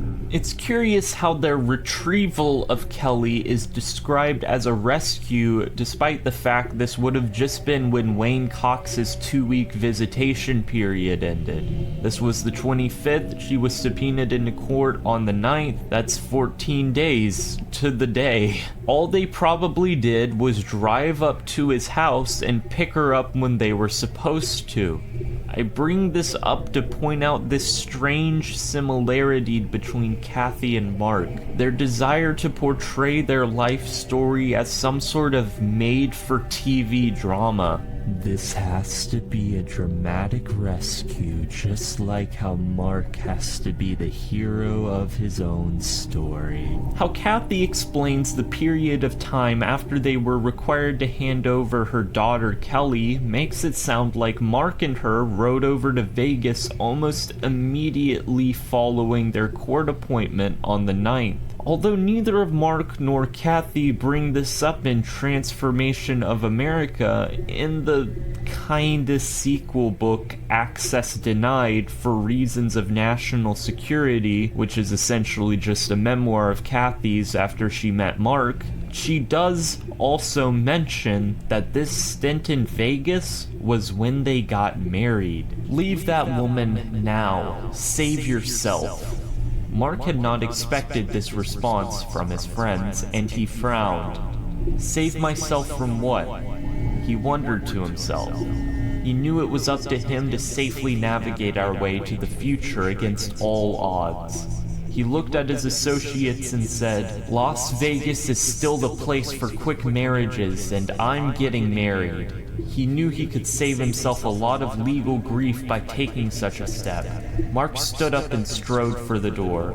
"You're still the same Flash," one of the guys growled as Mark closed the door behind him. Our greatest tool in reading this book is to cut out the kernels of truth from the rest of the twisted, rotten plant that composes this story. So let's do that now. 1988, December 9th. The couple are compelled by a state court to hand over their daughter to Wayne Cox, and within a couple of days they head off to Vegas to get married, where they are photographed at a casino. Now remember, the couple's money trouble started shortly after this little stay, so I'm gonna go out on a limb and say they did a lot more over a lot longer of a time on the Vegas Strip than they're willing to admit. Mark was the president of a company worth millions. He had just sold his house. Money concerns should have been the last thing on his mind. And yet they are brought up almost immediately after this trip. I might not be fully 100% confident that they blew through most of their money gambling in Vegas, but I'd be lying if I said I didn't believe it enough to imply it. They are again literally photographed in a casino. Now, honestly, I think it's pretty understandable why neither member of the couple wants to admit to the fact that the moment they didn't have to look after their daughter, the two of them immediately went over to Vegas for no other reason than to get married and gamble. Of course, both of them contest this, saying they made the travel to visit a few of Mark's old friends, who also happen to be powerful members of the underworld. Who these members are, though, and how exactly they actually helped Mark is unclear and never really clarified in any given account. This is honestly one of the most unbelievable points in the book, and it's where the narrative really starts to unravel. They are really telling us that Mark would leave his soon-to-be stepdaughter in the hands of someone he knew would abuse her to visit casinos in Vegas. Oh no, but it was for protection. Those secret underworld friends of his were keeping them protected. then tell me why when they left Vegas nothing ever happened between then and the time they moved up to Alaska, or in the months before this even happened. Remember, the entire year of '88 is a huge blank spot where they were presumably living in Mark's apartment in the same city of their previous abuser. No protection, nothing. Where is the danger? Only conveniently there when it's needed. And even if the danger was there, they knowingly left their kid right in the center of it. It doesn't make sense. Mark has been questioned on his claims by not just me, but another researcher named Martin Cannon in his piece Project Monarch, The Tangled Web. And in correspondences between the two, Martin claims the man told him he learned about Monarch programming from, at first, a quote, unnamed DIA contractor, where Phillips claims he was directly involved with Project Monarch. This contradicts his Transformation of America account, where he had nothing to do with the program itself, only tangentially being related to operations involving human and primate behavior modification. Martin also claims that in a letter written to him on June 1st, 1991, Mark describes himself as working at NASA in the 60s and 70s. This would again be rather unlikely given his updated account of being a salesman with no higher education. He also describes working for a company called Woodland Hills R&D, but according to Martin, quote, I have lived near Woodland Hills most of my life, yet I've never heard of any such corporation, which remains a mystery to everyone else I have consulted. A call to the directory assistants came up goose eggs. I think it's important to remember here when Martin, the researcher, originally spoke with Mark. 1991, 4 years before Transformation of America. What we're seeing here is a very fresh version of the story, right after Mark and Kathy would have experienced it themselves. This is probably one of the first rigorous examinations their account has gotten since they first started speaking about it. This is further proven by Martin's explanation of their story at the time. Phillips seems rather too young to have worked in a sensitive position at NASA in the 1960s. He supposedly retained copies of classified documents detailing harmonics, electroshock, hypnotic programming, mind-body conditioning, torture, limited drug applications for programming and deprogramming, and the names and backgrounds of the Expendables victims. Peculiarly, he has never produced any of this confirming documentation, nor has he produced any evidence that he ever worked for any government contractor. Independent background checks have revealed only that he has held far less impressive jobs, such as selling recreational vehicles. It appears that several aspects of this narrative have changed in Transformation of America. Mark now no longer mentions working at NASA at all in his narrative, only mentioning vaguely working at some facility after being deferred in Vietnam. How strange. He also briefly joined forces with a Tennessee businessman named Alex Houston. In a telephone interview with researcher Mike Knight, Houston claims he was married to Kathy O'Brien in 1988. Oddly, she never mentioned this marriage in her voluminous autobiographical writings, although she has frequently labeled Houston an operator within Project Monarch, an accusation he strongly denies. Houston reports that he and Phillips once traveled to China to sell capacitors and were briefly detained on suspicion of espionage by the Chinese government. After returning to the United States, Houston found that Kathy had gone off with Mark. There are a few noteworthy claims here we can pick out. The first being, according to Martin, Kathy originally claimed she wasn't married to Alex Houston, yet by the time Transformation of America was written, their story had evolved to explain this. Secondly, Houston in a telephone interview described a familiar scenario, but with a twist. He alleges they were detained by the Chinese government during their trip, but that nothing ever came of this. This is also somewhat addressed in Transformation of America, with Mark claiming a warped version of this event was his introduction into learning about Project Monarch. We have seen several times now, chunks of their story have started out in one way, and then after scrutiny, they suddenly evolve themselves to counter these critiques. Mark and Kathy's story seems to morph and grow as it encounters resistance, just like a plant that grows around a patch of fence, using each obstacle to define its increasingly twisted path. Now, specifically, the claim here about Kathy having autobiographical writings before Transformation of America was very interesting to me. I had noticed that in my research, someone named Ron Patton had done a write-up about Project Monarch and had actually cited a 1993 publication by the couple called Project Monarch Programming Definitions. And with a little bit of digging, I was able to find an article written in a newsletter from some random city in California that, as far as I can tell, only ever had one issue come out of it. I put newsletter in quotation marks you can't see because it really does seem like something the guy behind it, Gary Hunt, cooked up in an afternoon while the kids were away. Titled Operation Monarch, I believe this to be the earliest still existing account from Mark or Kathy that goes into any sort of depth on the mechanics of the operation.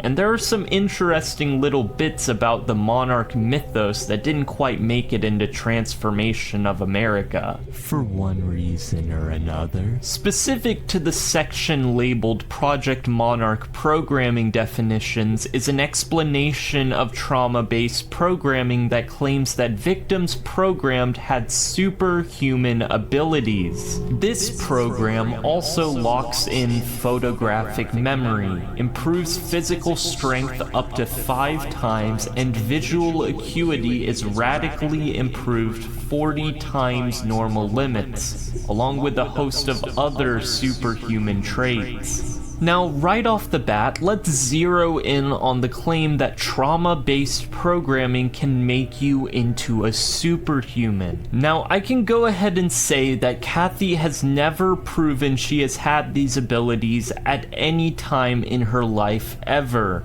because if she had, this would be on every single news site on the face of the planet. Another phrase that's thrown around in this article is the term psychological genetic engineering.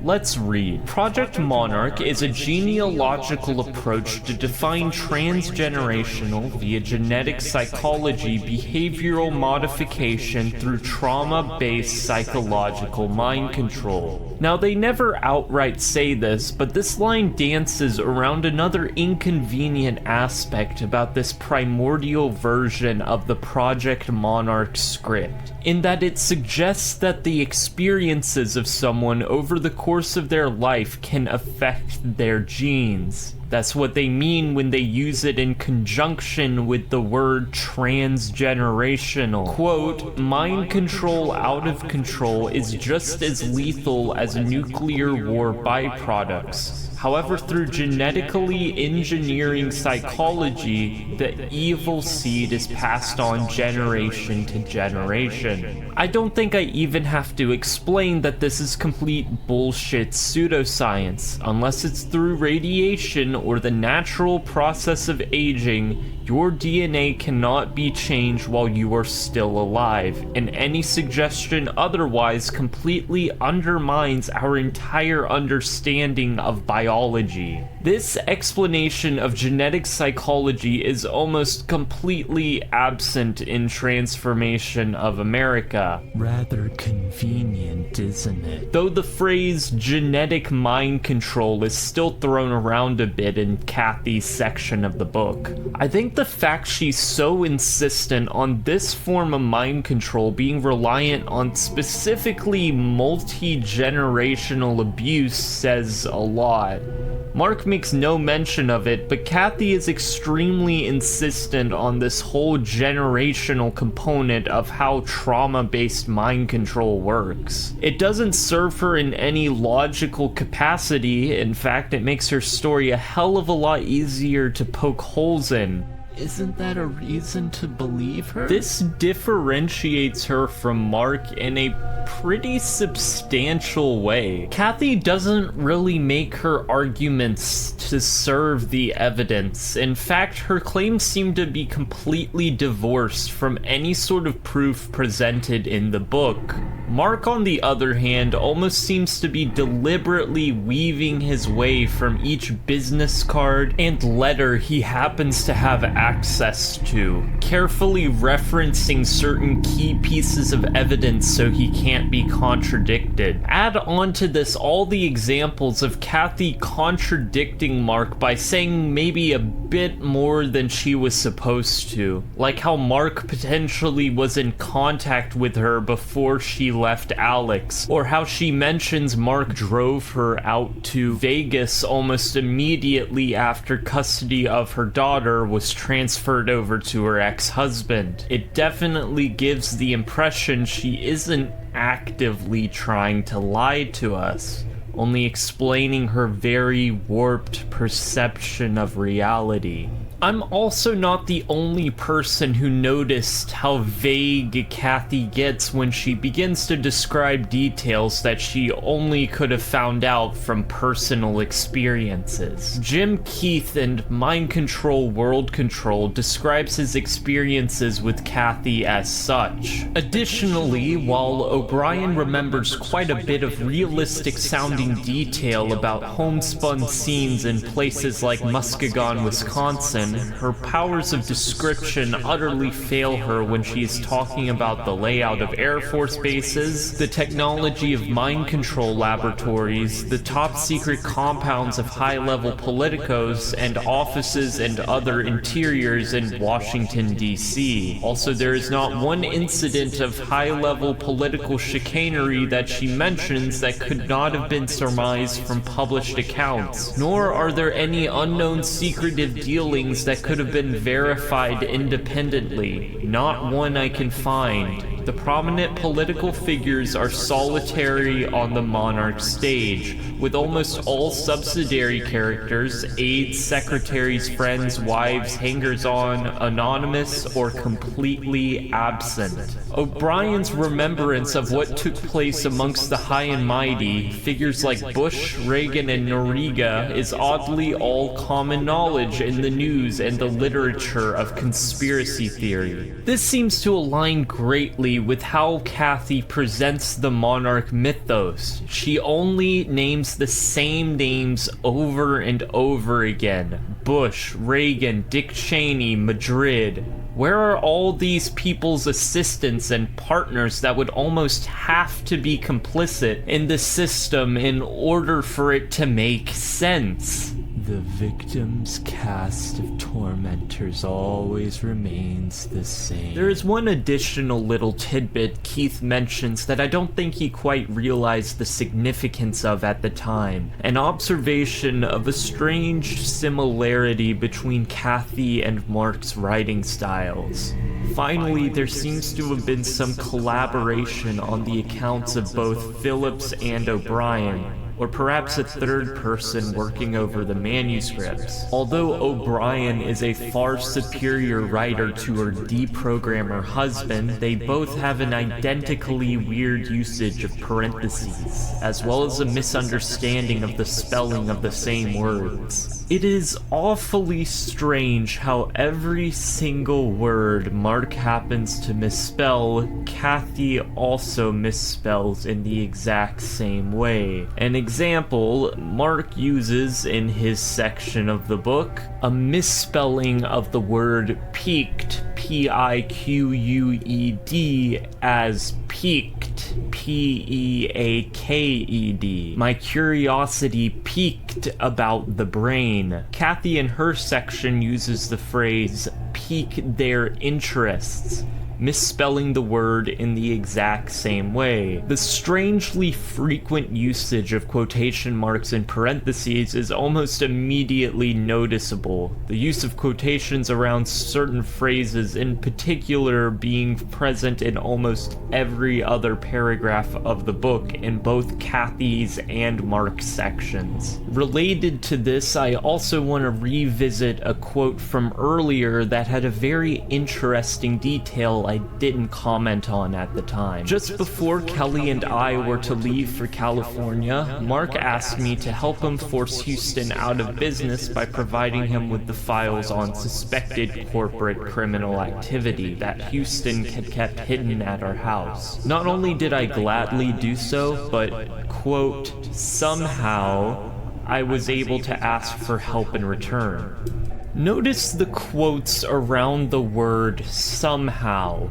Now, if you've been paying attention, you might have noticed Mark likes to use a lot of quotes in his writing around words where he doesn't exactly need to. Kathy, as seen here, is doing the same thing, though this is a peculiar example because of the fact it doesn't really make sense why she's doing it at all. She never answers what she means by somehow at any other point either. It's just left like that, in quotations marks, like it actually means something. So she refuses to answer or acknowledge how exactly she was able to break out of her decades-long mind control and suddenly ask Mark for help. Mark seems to realize how weird this is by not mentioning this part of the story at all in his section of the book, which really isn't addressing it, but at least he knows to ignore it. Kathy here instead chooses to put quotes around the word somehow, despite the fact this is very much a question she needs to address. It's bizarre and unsettling in a way I can't really even describe. It's almost like she's trying to mimic the writing style of Mark's, yet not really understanding how exactly it works. Oh, nobly born, you have yet to see the precipice. And here's about where I want to zoom in on a particular section of Mark's testimony. Have you noticed how basically every time I've mentioned Kathy O'Brien, it's in conjunction with her husband, Mark Phillips? Every time she's given an interview or written something, Mark has always been involved. He appears at the beginning of every single one of her speeches, and whenever she starts talking, he's probably less than a few feet away. Well, there might be somewhat of an explanation for this. Shortly after Vegas, Mark brought Kathy and her daughter up to a small city in Alaska. Now isolated from all their friends and family, Mark began the process of, quote, deprogramming Kathy O'Brien. Claiming to have used, quote, rules of ethical therapy conduct, these therapy rules were strictly enforced. Kathy understood and agreed that in order for her to have absolute control over her mind, she must place total trust in me and the therapy regime. And Mark actually gives us a list of what these rules are, so why don't we see them for ourselves? Number 1. I maintained a constant vigil to ensure Kathy's physical and psychological safety from all outside influences. Number 5. No expression of emotion by Kathy would be permitted during the memory recovery and journaling process. I never asked her, "How does that make you feel?" This is as important as the safety issue for the rapid recovery of memories. Number 6, I provided Kathy adequate food, vitamins, water, and sleep to restore her failing physical health. Is that not what you normally do? And why is she saying it like she's some sort of pet? Number 9, Kathy was not allowed to read books, newspapers, or magazines, to watch TV, or to discuss with Kelly anything she recalled. Kathy had experienced a lifetime of information control, and therefore had minimal contamination of memory to sort through. This rule was also understood and respected by Kelly, whose memories were beginning to resurface. Number 10, all behavior patterns and social habits Kathy exhibited were re-examined through logical discussion between us. All pre-established behavior patterns, including daily routines, were rescheduled or stopped completely. Now, without context, these rules may seem like they come from an obsessive, controlling psychopath. But remember, they're being hunted by the government, and they're unable to go to any sort of local professional for this, even though they do that multiple times for other such issues. Their court case with Kelly's biological father, and when Kelly had to get sent to the hospital due to an asthma attack. This is why I saved this section for after I started to investigate the couple's legitimacy. This all hinges on context. If there was never any programming to begin with, then how justifiable is it to move someone away from the people they know, attempt to suppress their emotions, disrupt all their previous behaviors and routines, and completely isolate them from the outside world? In fact, even with the context, I would really like to know where he got these rules of ethical therapy conduct from. Jim Jones? These read off like they're from a guide on how to give someone Stockholm Syndrome. What's funny is Mark himself mentions Stockholm Syndrome, but only in reference to himself. Quote, I often wondered if I had fallen in love with Kathy as a result of my developing the psychological malady known as the Stockholm Syndrome. Those thoughts never bothered me, for I knew I had grown to love Kathy. It's as if the topic was already on his mind, perhaps from a guilty conscience, and now he's projecting it in the form of this victim complex where he was the one who was actually suffering. Think of how convenient their overall explanation is. Being a victim of the government serves Mark very well here. It means he can explain his actions through a much more justifiable lens. Why did he run off with Kathy? Because they were prisoners of a mind control sex trafficking ring. Why did he blackmail Alex Houston? Because he was her CIA mind control handler. Why did they never reach out to an actual psychologist for what appears to be a very apparent mental disorder? Because they're in on it too. Besides, Mark himself is perfectly qualified to handle a case like this. Even though his experience in hypnotherapy consists of having a certification you can get in a weekend and reading a couple books. This is why he wants to make himself out to be a mental health expert. Because if he isn't seen as one, then it becomes very clear very quickly what he actually is. So, while reading Transformation of America, I came across this line. Sivia first provided me with the name and phone number of the Boston deprogrammer, an ex-Mooney programmer by the name of Steve Hassan. Next, she provided me the name and phone number to contact Jolene West at UCLA. Reluctantly, she gave me the referral I needed to communicate with Dr. Corey Hammond, the latter contact being the only briefly helpful one with whom I would speak. So I decided to pry a little bit into who this Dr. Corey Hammond is. I ended up stumbling across a written transcript of a speech this man apparently gave in 1992 under the name D. Corydon Hammond. D short for Dennis, not doctor.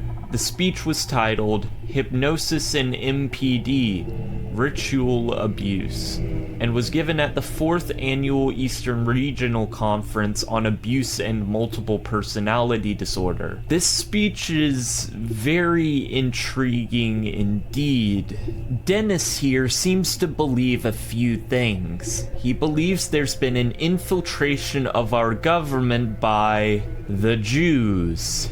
He explains over the course of this speech that as World War II was ending, the government snuck out a group of Nazi scientists in order to use them for their own projects and research. Brought over along with them was a Jewish boy who survived execution by being an assistant to their death camp experiments. After they were brought over from Germany into the US in Operation Paperclip, they began working on military intelligence projects involving mind control. The boy changed his name from Greenbaum to Green and continued to help these Nazi scientists with their experiments until he eventually went to medical school and took control of the project afterwards. The experiments they performed primarily involved drugging and testing children, with the end goal of somehow furthering some satanic cult that I guess would take over the country sometime in the future. Now this sounds awfully familiar, doesn't it? At one point, Dennis describes one of the methods he used in these ritual abuse victim cases to get information from the victim. At points during his one-on-one sessions, he would communicate with his patient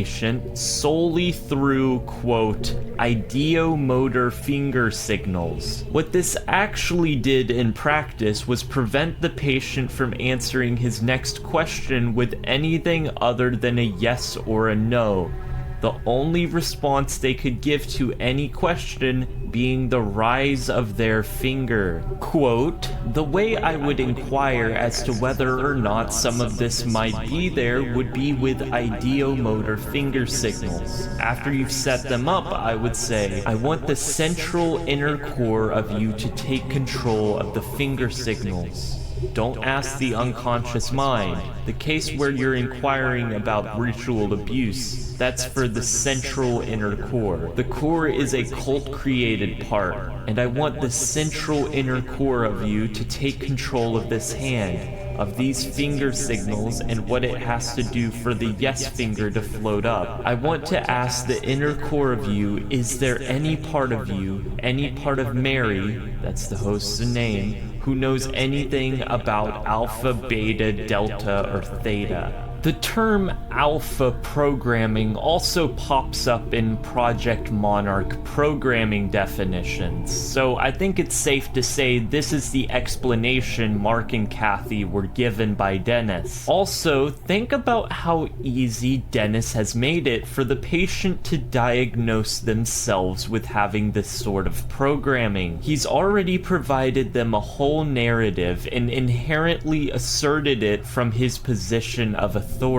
Now all they have to do is raise a finger to confirm it. I am no therapist, but even Dennis Corey Hammond himself has repeatedly insisted the importance of avoiding the contamination of the patient's memories, which is why it's so funny he describes a method of communication in which avoiding contamination is absolutely impossible. And it's his go-to way to find evidence of this supposed conspiracy. Dennis would also ask patients, quote, if there was a doctor associated with this programming and his name was a color, what color would the color be? This almost reads off as one of those trick questions you would find in a brain teaser booklet. One that tried to guess your answer relying on statistical biases and than what were popular names at the time. And that's exactly what it is. Dennis is restricting patients to a limited pool of answers by already guiding the patients to answer with a color. It's even worse than that, though. Patients are encouraged to provide an answer that could reasonably be a person's name. You don't see a whole lot of Dr. Magentas or Dr. Burgundy, so really, my guess would be the average patient would think of 3 or 4 names that match that description. The simplest ones being white, brown, Green. and maybe black. Now, if this was as far as the self-confirmation bias went, this would already be pretty bad. Corey's first way of approaching the topic of Dr. Green appears to be extremely leading in its nature. Of course, though, it gets worse. Quote, "Now, once in a while, I've had some other colors mentioned. In one case, I got another color and found out later it was a doctor whose name was a color who was being trained by Dr. Green." Now, what you just read there was Dennis amending that already extremely limited pool of answers to have 2 correct choices. Now, let's say for the sake of argument, we assume that the name of this new doctor is Dr. White. Our average patient answering Dennis Corey Hammond's question in all likelihood has somewhere close to a 50% chance of giving him an answer that confirms they have this disorder. The write-up on Project Monarch written by Ron Patton I mentioned earlier claimed not only was there a Dr. White, but also a Dr. Black and a Dr. Blue, all likely sourced from the same exact questionnaire. I think the fact these are the only techniques he lists specific examples for is extremely telling about his methodology approaching the subject of ritual abuse. A methodology that allows the patient to easily fall into a narrative Dennis Corey Hammond has already constructed, and when they fall out of this narrative, a new part of the story is pulled together to explain it. A patient answers with white instead of green, and suddenly, shortly after, Dennis conveniently finds out there's a Dr. White connected to all of this, whose name just so happens to be a color. Even if the patient is the primary one fabricating this information, which I honestly doubt, the person treating them should absolutely be aware that some of the information they might be getting may not be entirely factual. Someone experienced in therapy like this should, even while outwardly presenting themselves as assuring, be aware of people's tendencies to provide biased accounts. Dennis Corey Hammond, who has a PhD in counseling psychology from the University of Utah, seems completely oblivious to these factors, or how biased his own methods are. Turning a blind eye in lieu of confirming a narrative that also happens to give him a whole lot of attention and validation when he, say, speaks it in front of an audience. I think I want to further enunciate that background detail of Dennis Corey Hammond not being a doctor. He has a PhD, but he has not gone through the much more rigorous process of obtaining an MD for what he does. The reason he shortens the Dennis at the start of his name to D is almost certainly to give the impression he is a doctor, and the very fact Mark Phillips and Ron Patton both quote him as being a doctor is evidence that this little trick works. The strange connections between his various patients could also have another more mundane explanation.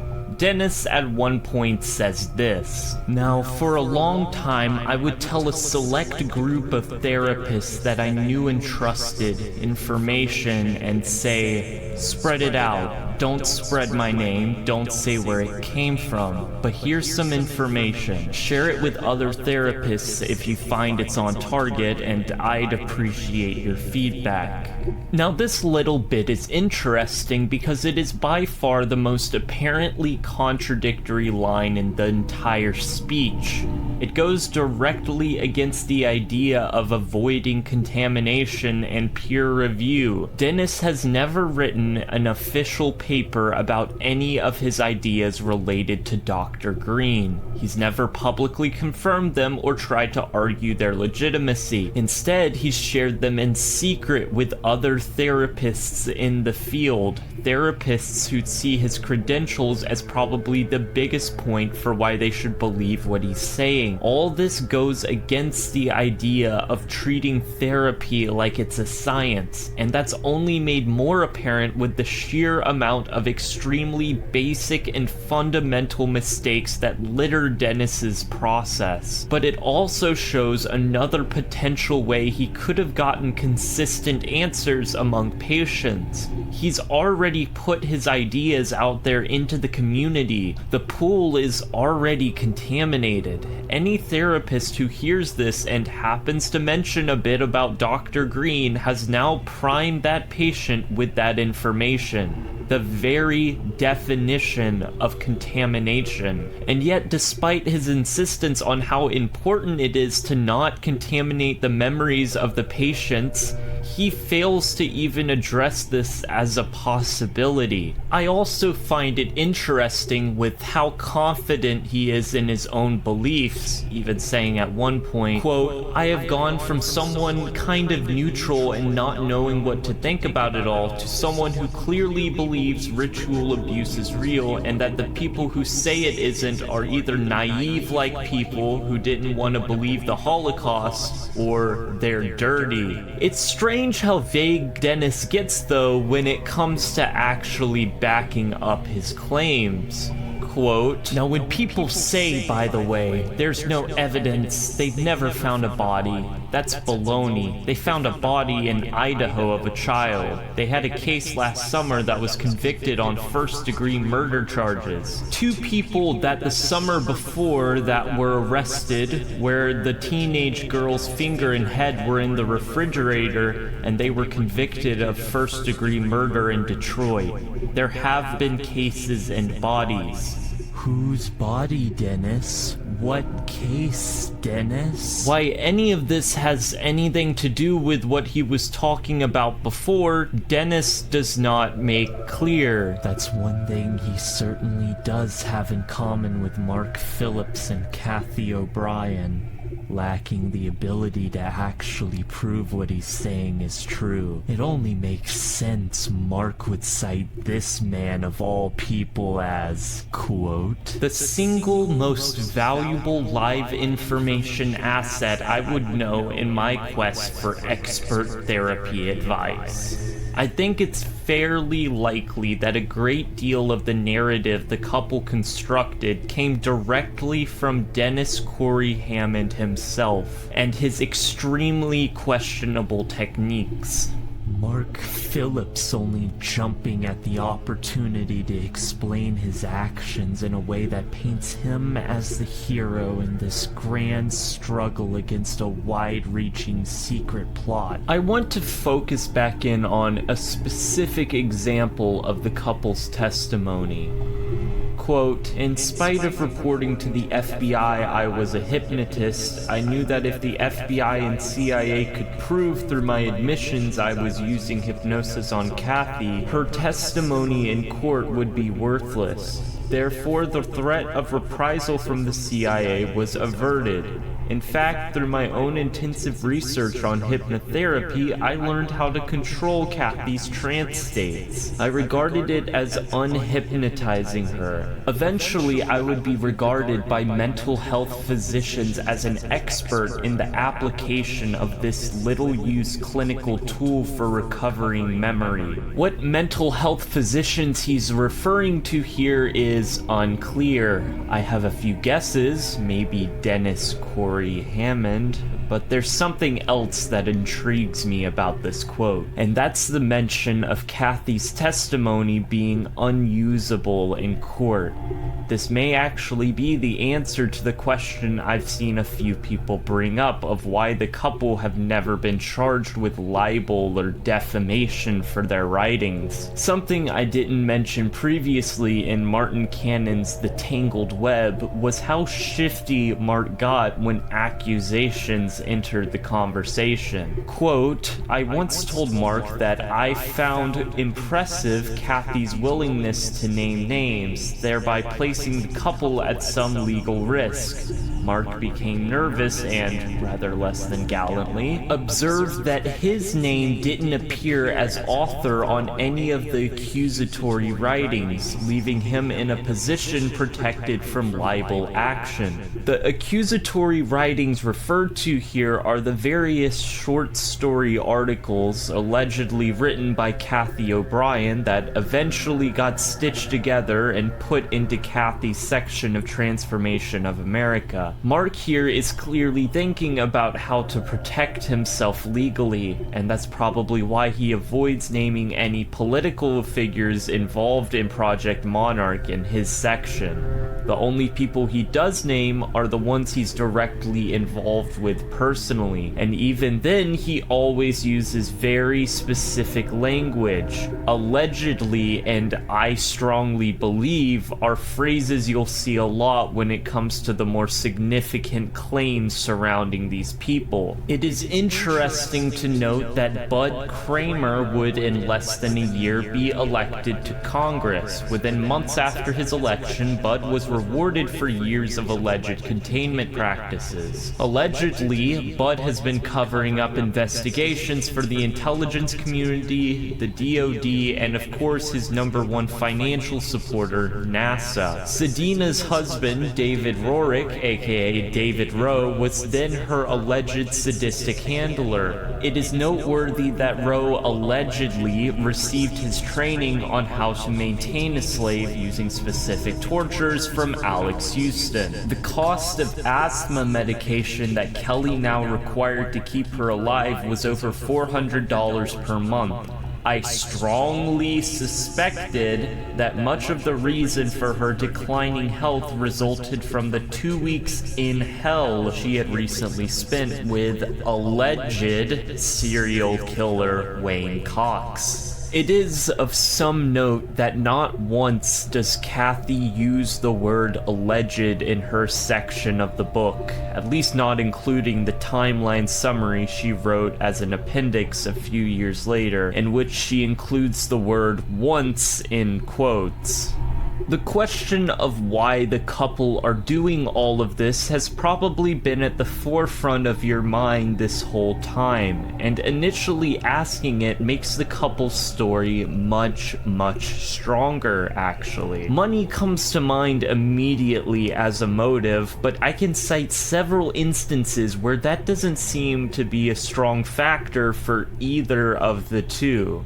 If they aren't in it for the money, isn't that a reason to believe them? Now, they are selling their own book, and they do go around from conference to conference, basically giving themselves free advertising. And this is probably how they made their living after they ran away with each other. But think about the fact that Mark threw away an extremely high-ranking job with a company worth millions to do all this. Money wasn't the original motivator, so what was? Let's use that technique from before, where we look at part of the couple's story and strip away the unproven context, where we can just look at the actions in the book they confess to and seem reasonably plausible. Except now let's do it with the entire thing. So from the beginning, Mark Phillips meets Alex Houston and becomes essentially the head of sales at this new company. In late 87, Mark and Alex go over to China to negotiate a joint venture agreement with the Chinese. Now, in Mark's story, he claims nothing happened on the first trip, but on a different second trip, when he went alone, he was detained by Chinese officials. I don't believe this. I think it's much more likely Alex's version of events is correct here, in that there was only one trip and they were both detained by Chinese officials on that trip. Mark most likely made up that extra bit to give a reason why he'd be alone with them. He meets Kathy O'Brien, who was still Alex Houston's wife at this time, sometime after the trip to Tennessee. They go back to the Americas, and this is where Kathy contradicts Mark by saying they were in contact before he rescued her on February 4th, 1988. I lean towards believing Kathy because of the fact that Mark would definitely not want to mention this, as it makes him look really, really bad. Talking to another man's wife and planning to run off with her sounds a whole lot worse than a spur-of-the-moment rescue attempt. It certainly contradicts the heroic image he has of himself in the book. After this, the couple stay presumably at Mark's apartment for nearly a year, planning to leave for Alaska at some point before they are ordered by the court on December 9th, 1988 to give Wayne Cox a 2-week visitation period with Kelly O'Brien, during which the couple drive off to Vegas to get married and are photographed at a casino. Money starts becoming a problem after this, with them moving up to Alaska where they end up going on welfare. This is where the deprogramming happens over the course of 6 months, with Kathy isolated from everyone she ever knew. And just listen to how Kathy describes this process. I began recovering at a rate of 18 hours a day through intensive therapy designed to restore my memory and ultimately my mind. I learned the ins and outs of my own mind and recorded my memories in a journal. The stack of journals grew as over a decade of White House Pentagon level abuse flooded my mind and intruded on my thoughts. Not only does this partially answer why the couple never had any money after Vegas, Mark was too busy deprogramming Kathy to actually get a job and pay for their bills. It's also uneasy to hear Kathy use the phrase flooded my mind and intruded on my thoughts, as if this process only burdened her with a world of endless government conspiracies and mind control she otherwise would have been free from. I've mentioned how Mark was potentially protected from any sort of court action by the government or outside individuals, but why didn't they ever go after Kathy? Well, Mark's stated reason for this is that since he used hypnosis to obtain these claims from Kathy, she legally can't be prosecuted on them. Now, this may be partially true, but I think he's dressing it up a bit. Let's briefly revisit the original prompt for what started us on this journey. Remember that speech 1210 Nobly. Born They Are Not Really Precipices uses? It was recorded a few years after the couple's book, and perhaps you've already noticed a few inconsistencies between the two narratives, specifically surrounding the spiritual nature of Kathy's claims. In Transformation of America, she didn't explain the mechanics of these processes too often. In the speech, however, we can hear an explanation for why people inflicted with trauma supposedly have photographic memory, like how she cites in the book. except it's almost complete gibberish if you're attempting to analyze this from a scientific perspective. It's as though the spirit takes flight from the body in order to escape the pain, and there's like an overview of it. And within that overview, very oftentimes after people survive, they can recall very key events that have occurred around their accident, such as other license plate numbers, or maybe even something more on a spiritual level where they feel love energy of someone who is praying. There are many different that people come back and report from this higher up view of when an extreme near-death trauma has occurred to the point where their spirit had left and then reattaches. And when it comes back, there is that photographic memory surrounding the trauma as well. These are natural phenomena that are associated with the human body that was... She talks about love energy and the spirit leaving the body to view events from overhead, which, while poetic and a little bit profound, contradict the ideas and transformation of America in a lot of key ways. Spiritualism has helped a lot of people.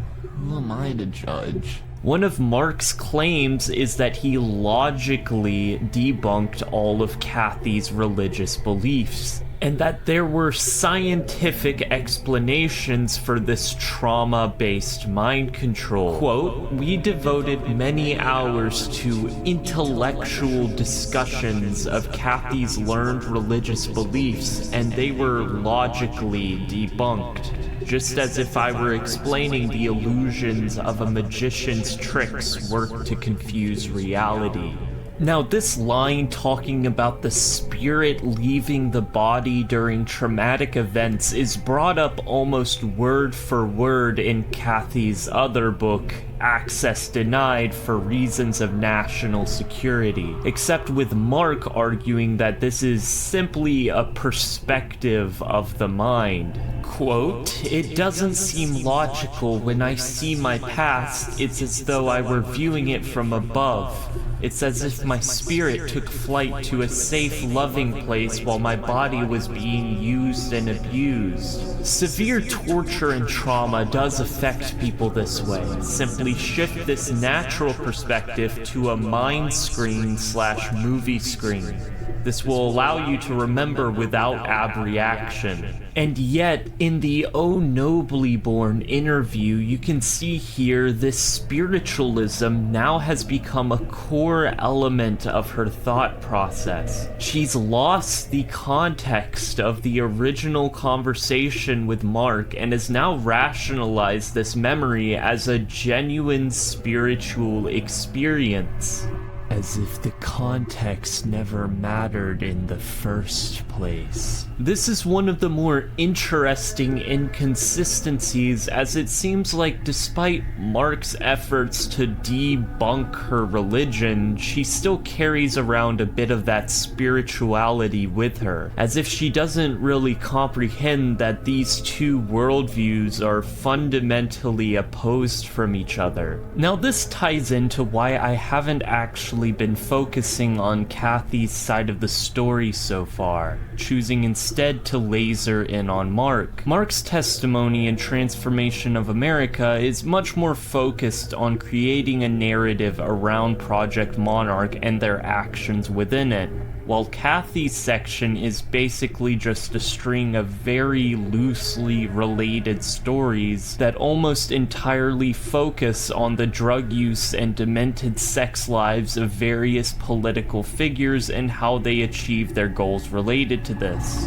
The main difference being Kathy's section is almost entirely based on baseless, uncorroborated accusations that she has trouble providing any proof of, despite the fact it should be very easy for her to do so with some of her claims. With how she describes her treatment, she should 100% have visible scars all over her body, and yet these have never been shown, along with all the other things I've mentioned.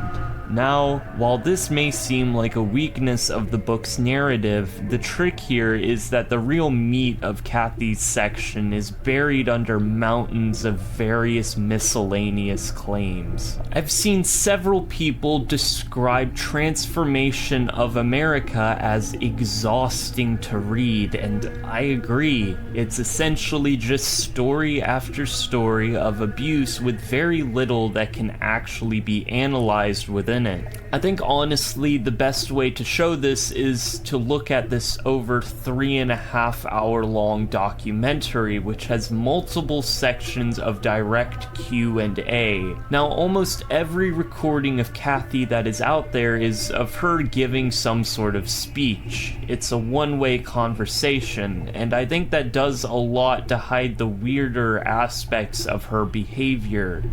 This documentary doesn't offer her that luxury, and as we go through it, you're going to begin to notice a few odd things about how Kathy speaks. The first one that's noticeable throughout the entire movie is the fact that if she's given the chance, Kathy will not ever stop talking. That sounds like an insult at first, but I truly mean it. If nobody interrupts her, she will keep going on diatribe after diatribe after diatribe, all vaguely related to whatever she was asked originally. The interviewer literally having to interrupt her mid-sentence every time they want to get a question in. It's very odd to observe. Now, something you'll notice in Kathy's segment of Transformation of America is the fact that there are very few exact dates and times. She alleges this is because, quote, additionally, my instilled Tinkerbell-themed mind manipulation included a sense of never-Neverland timelessness that was rooted in my natural inability to comprehend time due to my multi-personality disorder / dissociative identity disorder. Now let's just acknowledge how awfully convenient of an explanation this is. Kathy no longer has to bother with having to arrange a series of events on a specific timeline. This does a lot to alleviate the workload of fabricating a series of drug and prostitution runs that fit into the Project Monarch narrative. But even with this exception to her photographic memory pre-established, there are still instances of Kathy not remembering certain things despite the fact she absolutely should be able to, given previous claims of her memory. At the 1 hour 24-minute mark in this documentary, there is a moment which I think puts the final nail in the coffin of her having photographic memory of any kind. And I'm just gonna play these few minutes of the documentary uninterrupted because it's honestly very fascinating to watch. Now, what you're about to watch here is Kathy essentially running through her story, mostly taken point by point from chapter 12 of Transformation of America, where she describes being taken to the personal yacht of Manuel Noriega Moreno, an ex-military dictator of Panama. While I was being taken upstairs to Noriega, there was I was used in. Can you use this? Can you try to recall this picture how you was brought to his room inside, or how it looks like? Yes, I was given specific orders to be on a dock to be picked up by a little boat, which would take me to his yacht. This little. Who brought you there to this boat? boat? I don't know. Somebody that had it would look like a little. Speedboat type. No, who brought you there, and a person that brought you there to Florida? Alex Houston. Exactly. Mm-hmm. Okay. And Alex Houston then flew off elsewhere to carry out his own business, while I was left there to carry out these particular orders. So you gave him a message from Reagan, in other words? Yes. What was the message? Do you remember the message? Yes. Not verbatim right at the moment. It is recorded in the book verbatim, though. Mhm. It is in Transformation of America verbatim. My memory now, I would have to go into like a self-meditative trance to recall verbatim, and I don't choose to do that at this particular time, but the message in essence was that the imminent lifting of the veil over all of them. During this, she's asked several questions, which she acknowledges, then proceeds to completely ignore, marching right along with her script. The third question she's asked is about who brought her to that yacht, who manned the speedboat she alleges she took to get to the yacht, and she admits she doesn't know. She then alleges she was supposed to deliver a message from Reagan to Noriega. She's asked what this message is, and she admits once again she doesn't know. Kathy seems to finally realize why this is such a big problem, because she quickly adds on that she could access these memories if she wanted to, if she goes into a meditative trance, and she just chooses not to do so now. Except that's not how photographic memory works. She says she wrote down the message in Transformation of America.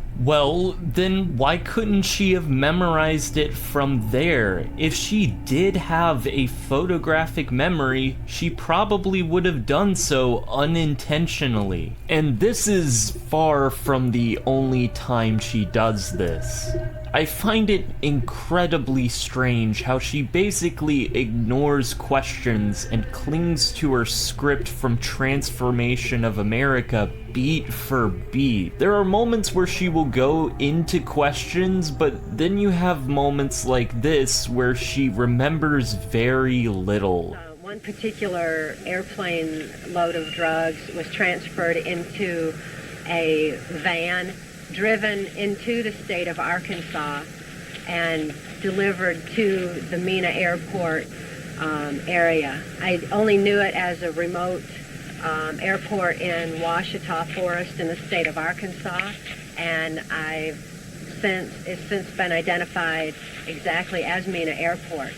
But I delivered some cocaine directly to Bill Clinton. What quantity were talking about? What quantity of cocaine were talking about? Just a small personal amount at that time. Like 1 kilo or something?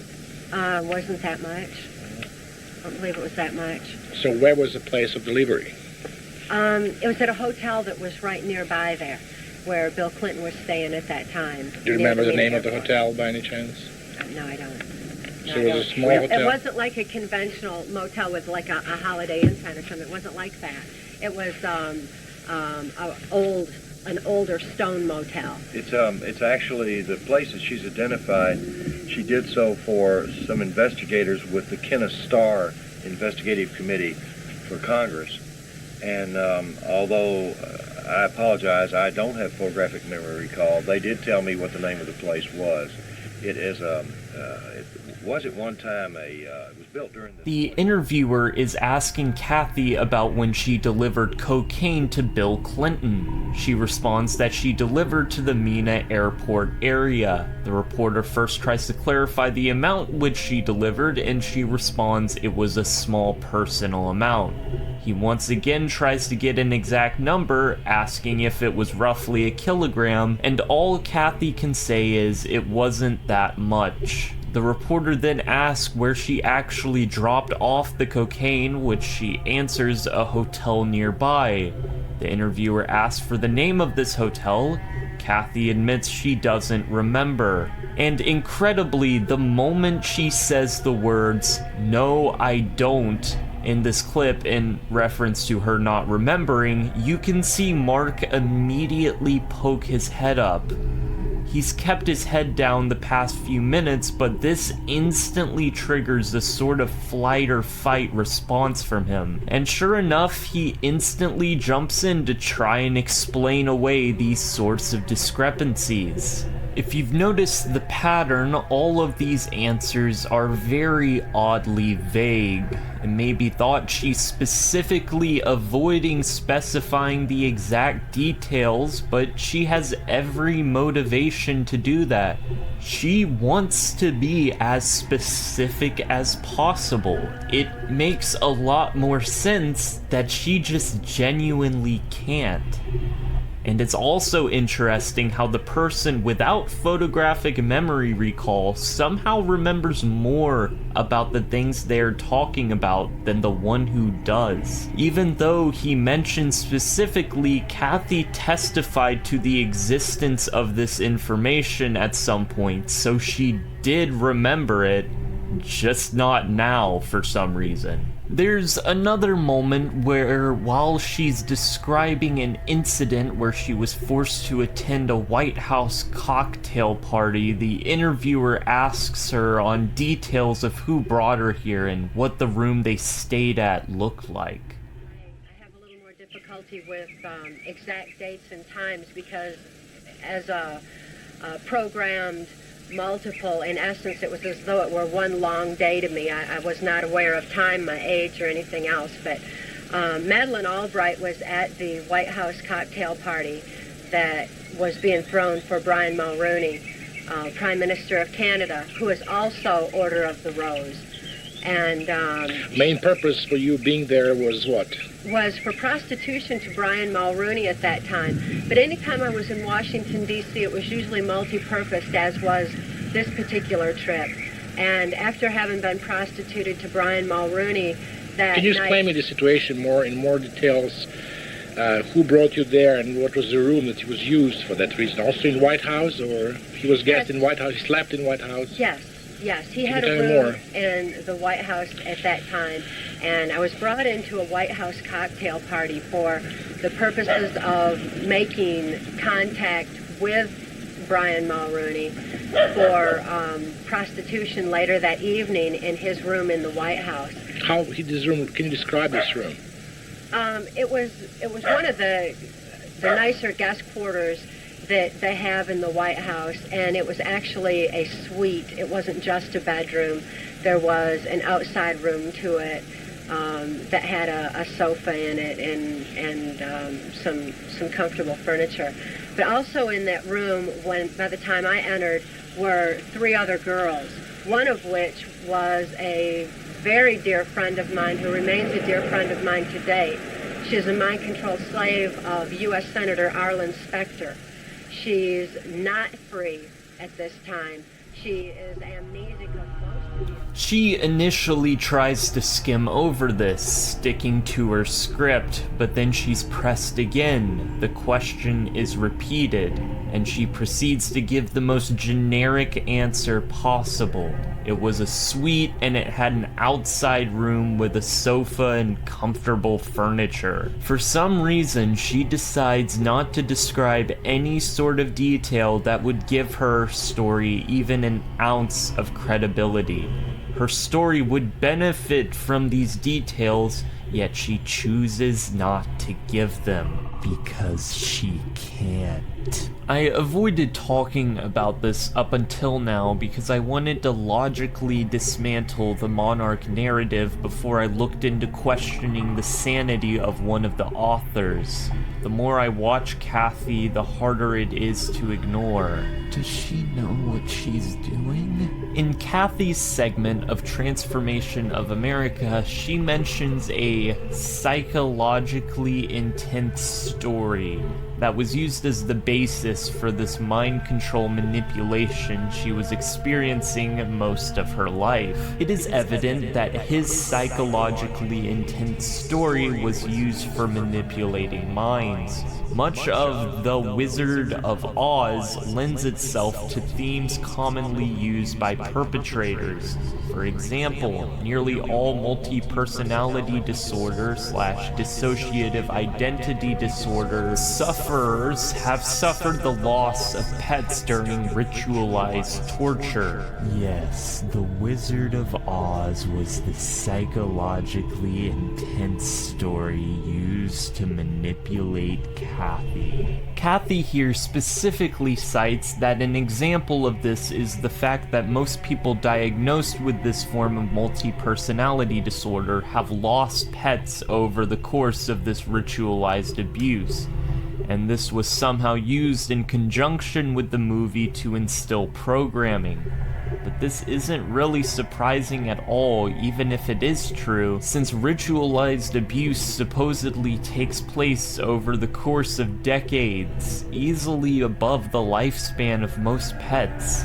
If these victims had pets as children, of course they'd be dead by the time they were diagnosed with ritual abuse. This is the only example she cites, by the way, and I also find it very interesting that the other shows Kathy cites as being related to Project Monarch programming also all happen to be shows a young girl would be watching in her free time regardless. My television programming was then expanded to include the shows that every Project Monarch mind control slave I knew had to watch.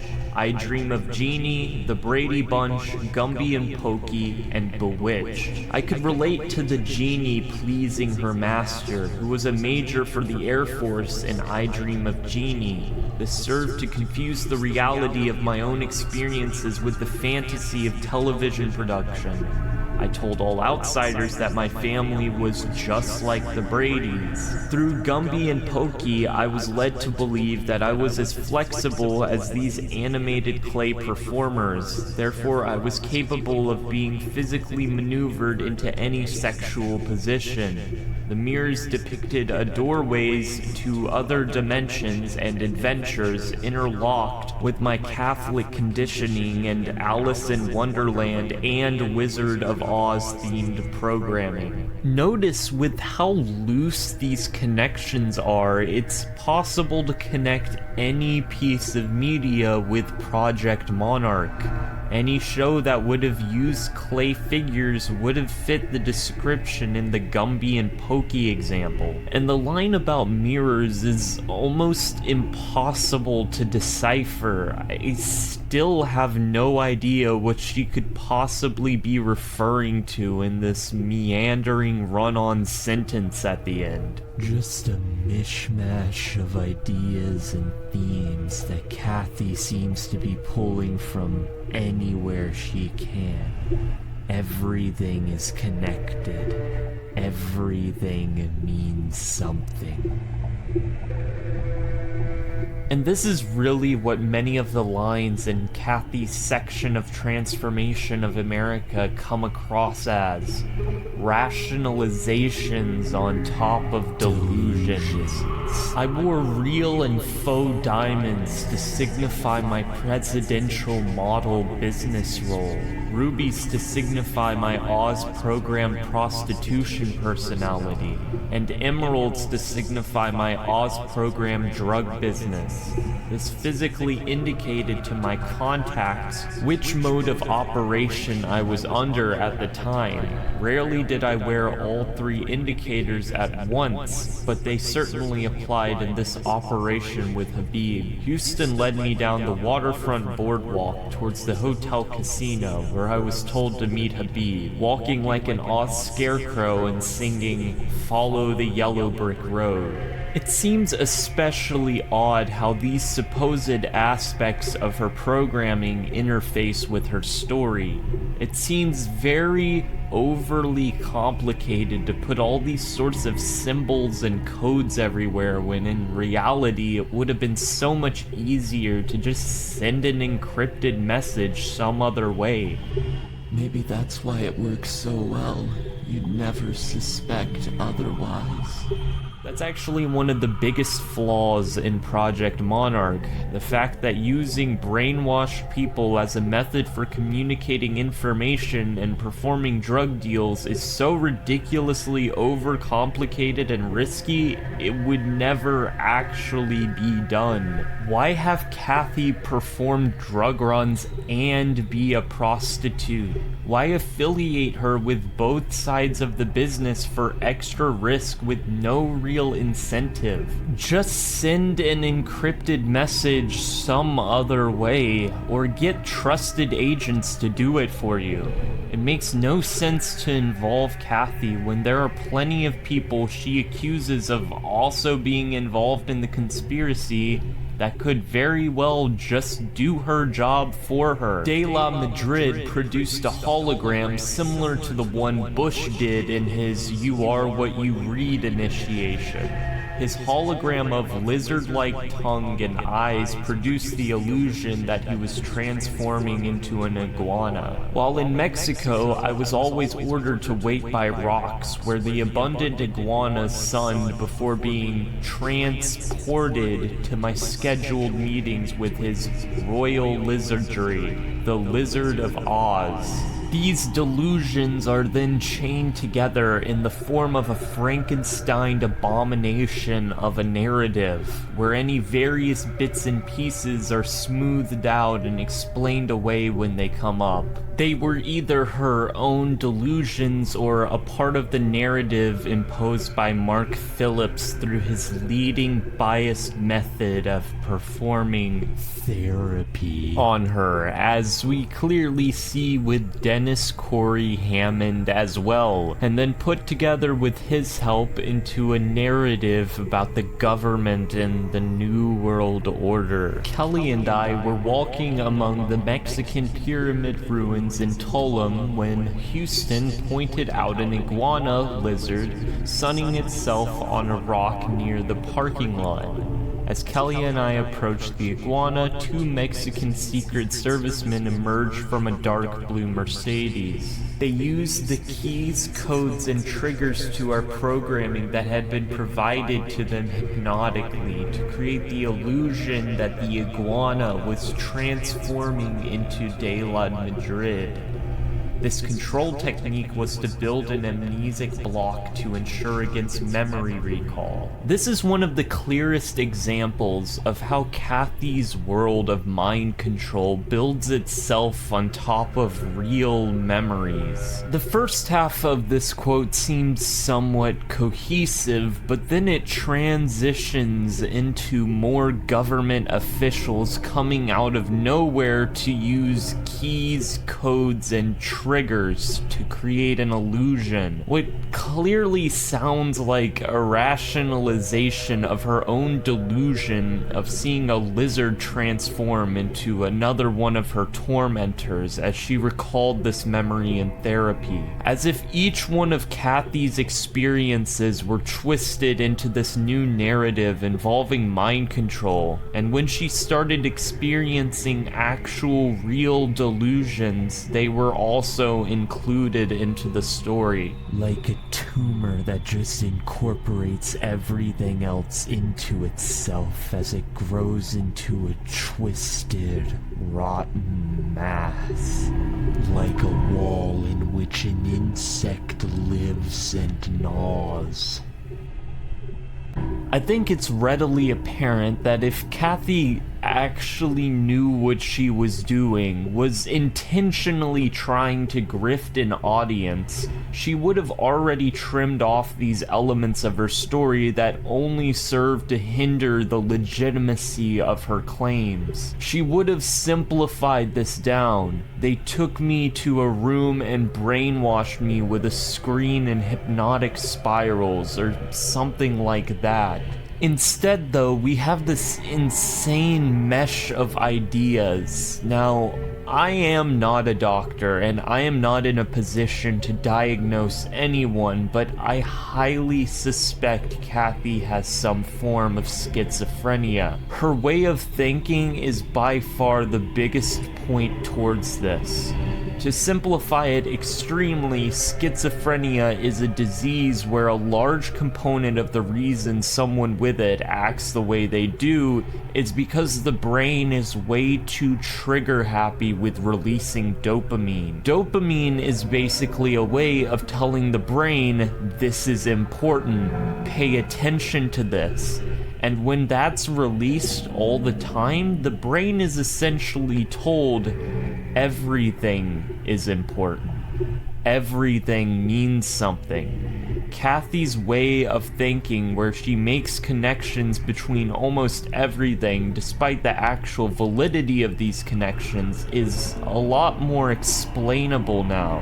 Her other odd behaviors can also be lumped into this. People with schizophrenia tend to have very odd methods of socializing. And let's just assume for a moment that, floating with all the other accusations Kathy has made, one of them is true. Maybe she was actually abused as a child. Regardless, she will never see justice for any of these crimes. Everybody who's pushed this narrative of ritual abuse onto her has guaranteed none of the people involved will be prosecuted or even investigated, because they can just say she's clearly crazy. And people like Dennis Corey Hammond or Mark Phillips don't care. That's not what they're interested in. They got what they wanted from her. What if I'm wrong? How easy would it be to fall down the precipice when I can't trust my own mind? Now, I think it's time for me to tell you about the story of Mary Shanley.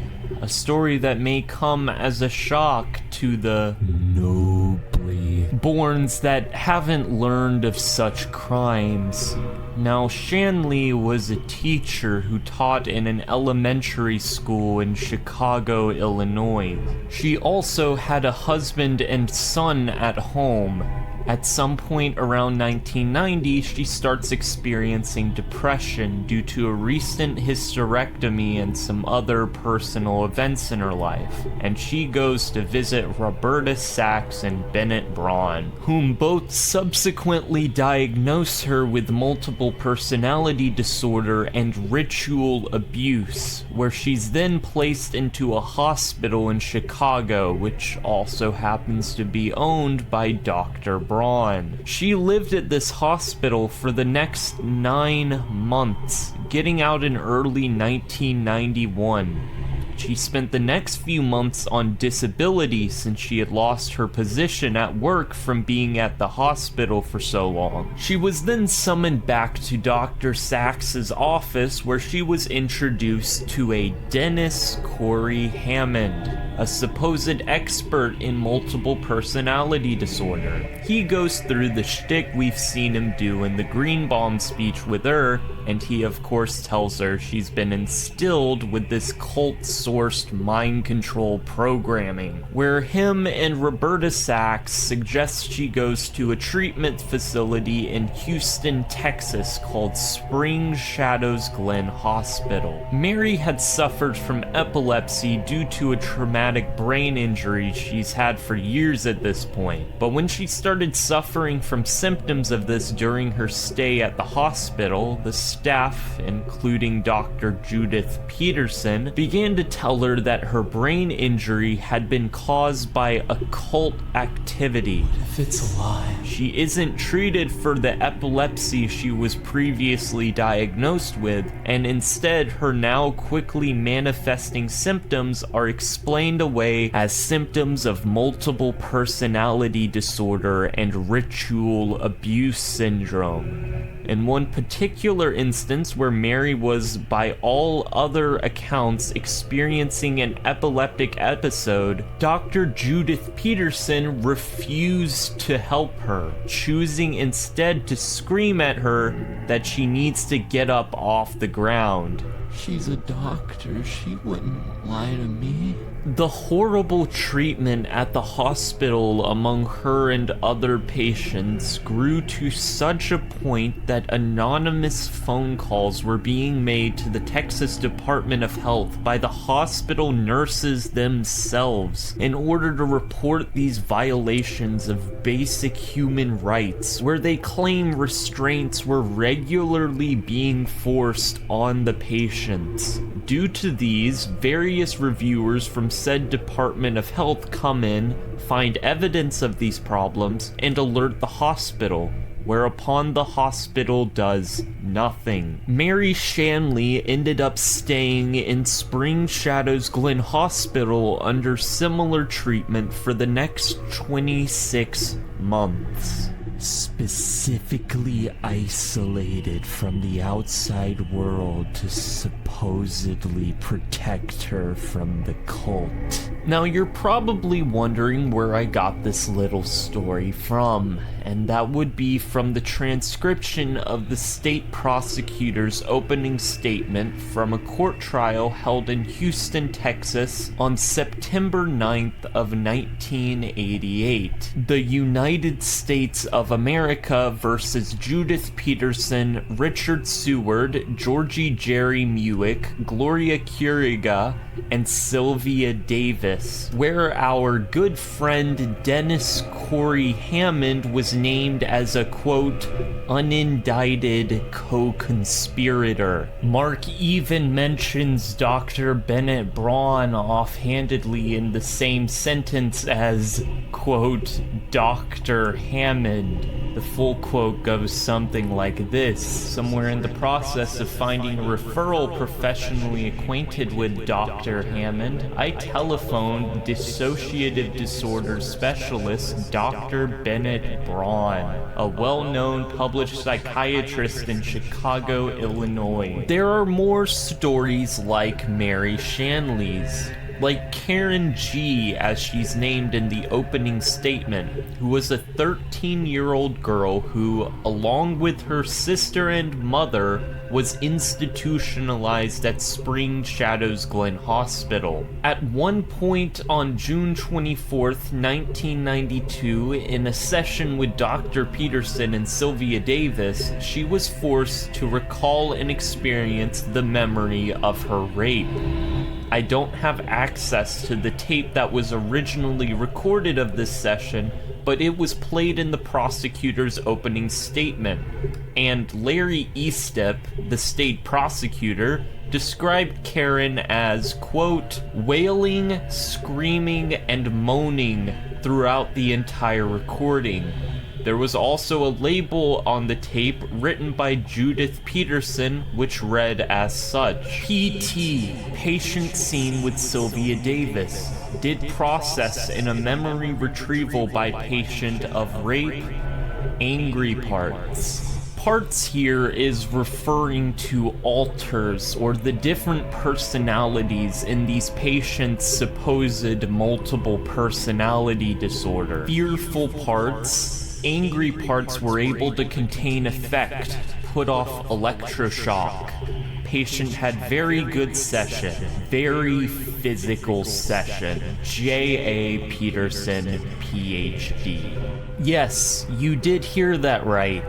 Electroshock therapy is regularly used in these sessions, with Dr. Peterson commenting on how they were able to avoid using it this time. One of the memories recalled during this session is described by Sylvia Davis with another note as follows: quote, sexual assault by two men in black robes while on shocking table at cult meeting.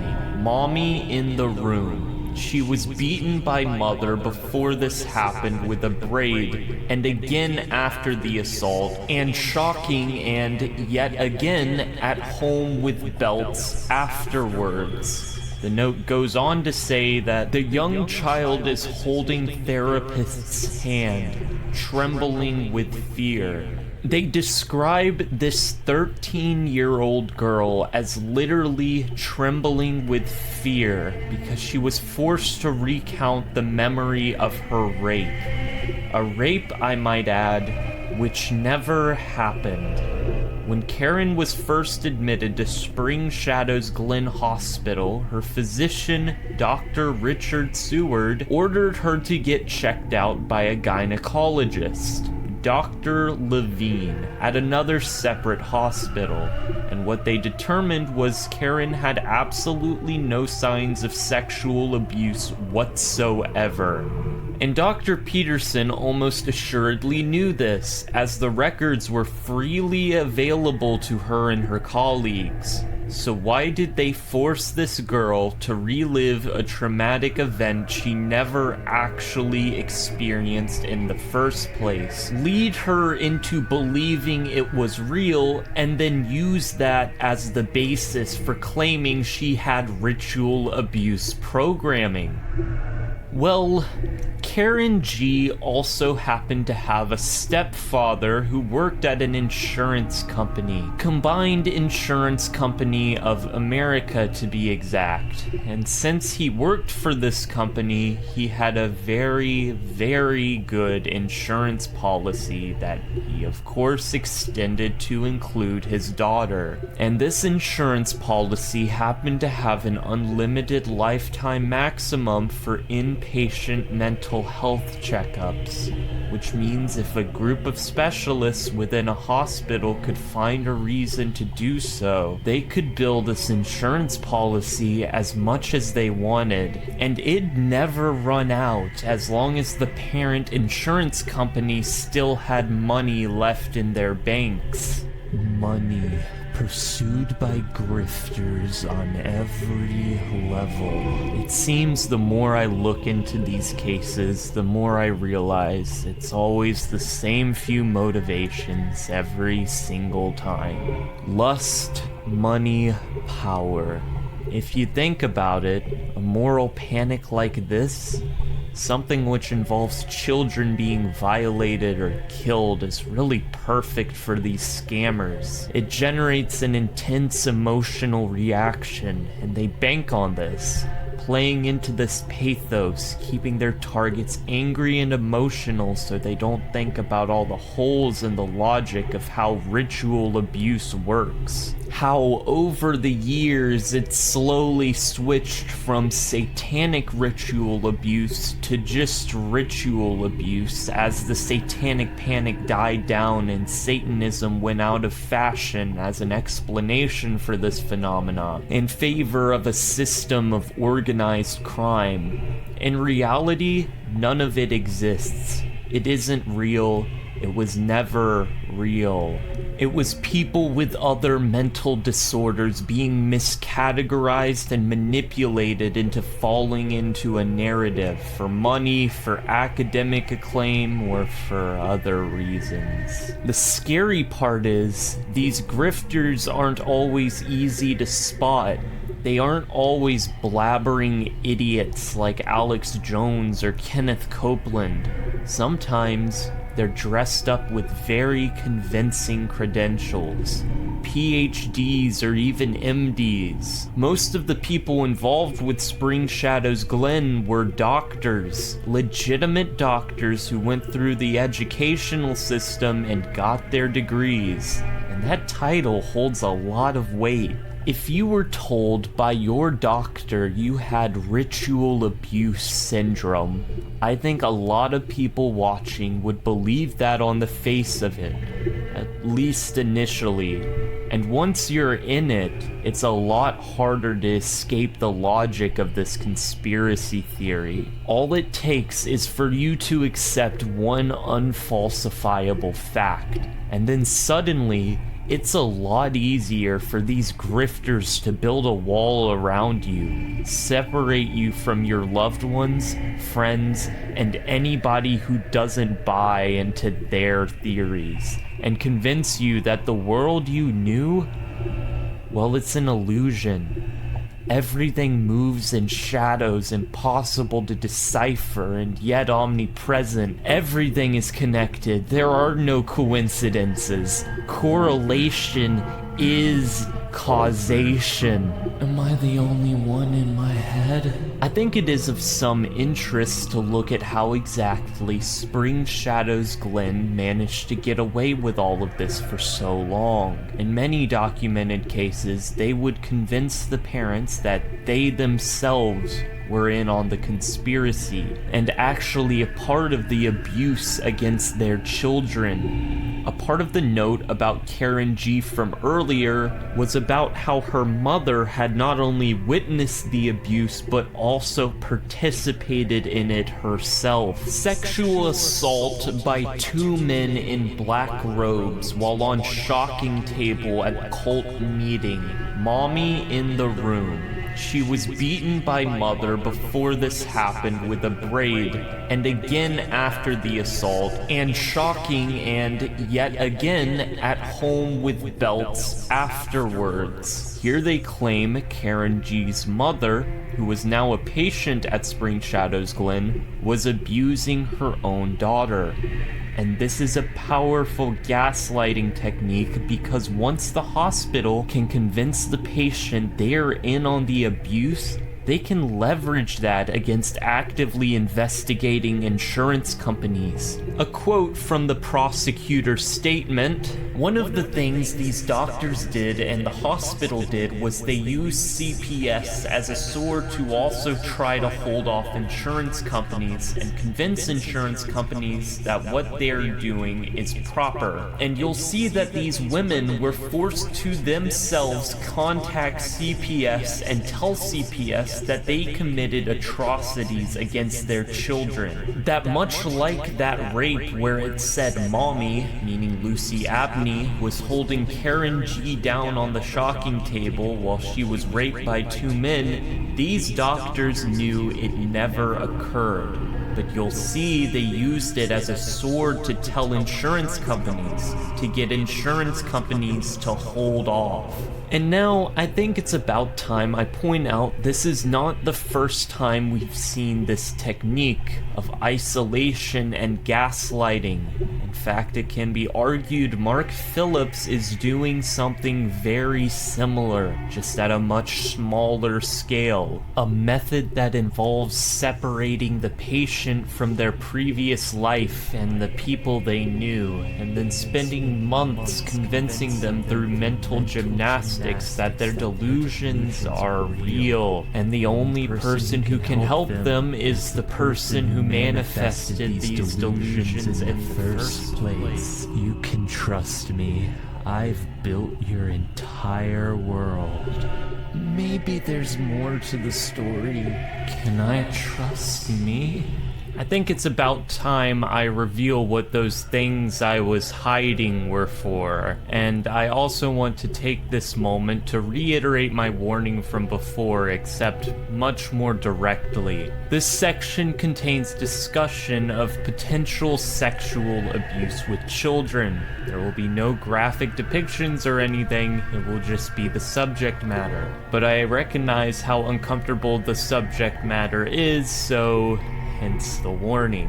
Alright, so I want to bring up the topic of Kathy's daughter, Kelly O'Brien. Someone who slipped through the cracks in our discussion of the couple so far. Let's first take a look at Kelly's strange decline in health starting after the couple moved up to Alaska. Spring 1989, Kelly's MK Ultra Project NASA produced programming had been disrupted by the trauma she endured while with Cox, and she began having flashes of memory which prompted her programmed respiratory failure. What Kathy is referring to when she says Kelly had a programmed respiratory failure is the severe asthma attack she suffered around this time period. And Kathy is noticeably stretching this conclusion that Wayne Cox somehow caused this event to occur, given Kelly's asthma attack happened almost 6 months after she visited her biological father, with no previous incidents noted whatsoever. I will note also that Mark Phillips once again disagrees with Kathy here, admitting to what is most likely much closer to the truth. What is the truth anyway? Depends on who tells you. The following Sunday, Kelly's coughing became almost constant. She had exhausted our supply of an important asthma medication which she regularly used in her respirator pump. I covertly substituted distilled water and sat with her while she struggled for her breath. Using an Erickson technique of guided imagery, I began telling her a story about a little girl who huffed and puffed and climbed a mountain. The story I told ended with the little girl reaching the top of the mountain, only to be so tired she fell asleep in a bed of wildflowers. Kelly responded by breathing normally and actually falling into a sound sleep for a few hours, only to awaken and repeat her coughing spell. I returned to her bedside and asked why she coughed. Kelly, somewhat agitated, responded, "I have asthma." I repeated the water substitution trick and she responded favorably and said, "Dad, Wayne, the father and alleged serial killer Satanist, told me I was gonna die." I said, "Well, he's not a doctor." Kelly continued, "He really did say that over and over again." I then asked, "When did he say this?" "When school's out," she replied. I asked, "What do you mean?" She robotically repeated, "When school's out." "Do you remember when Wayne said this to you?" I asked. "In bed," she continued. "He thought I was asleep and he was talking on the phone with Alex Houston and then to me. I knew then Wayne Cox had programmed her to die using a clinical technique known as hypnosleep. Alex Houston was guiding Cox through the program. What you just read was the segment of Transformation of America where Mark confesses to substituting water for asthma medication on his own stepdaughter without her knowledge.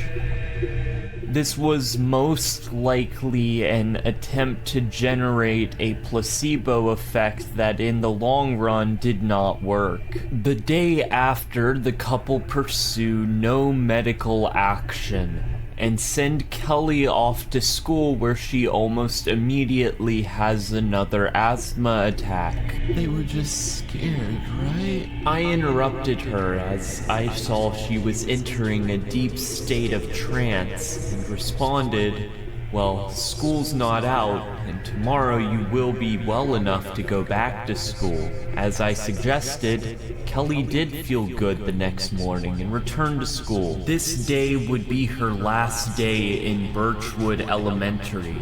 Only a few hours passed before Kathy and I again were called, this time by the nurse, who became agitated when Kathy truthfully answered her question, "Didn't you take her to a doctor?"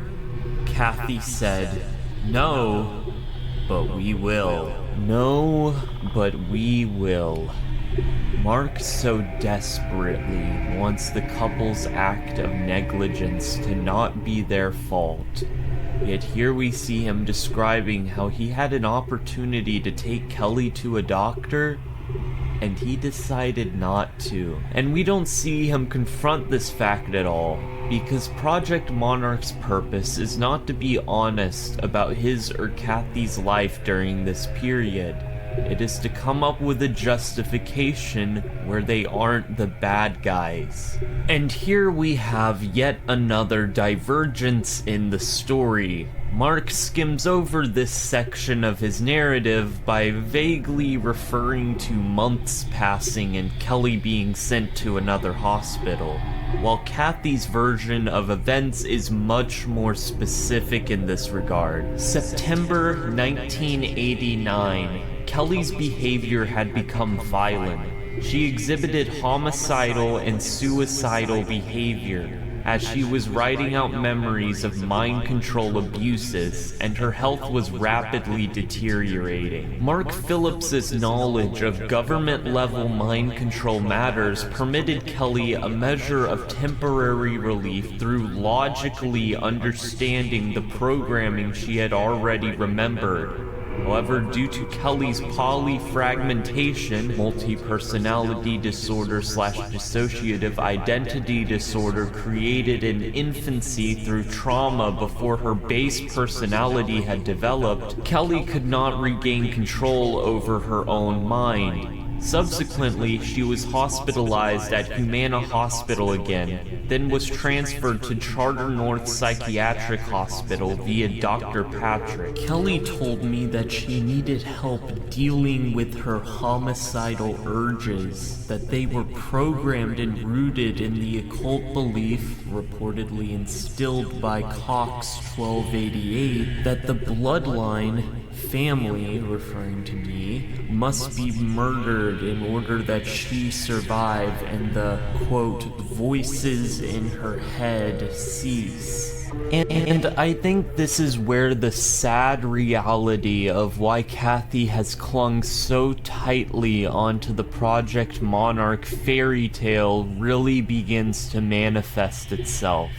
This quote demonstrates not only the reality of the situation, but also how Kathy interprets it. Kelly's behavior had become violent under their care.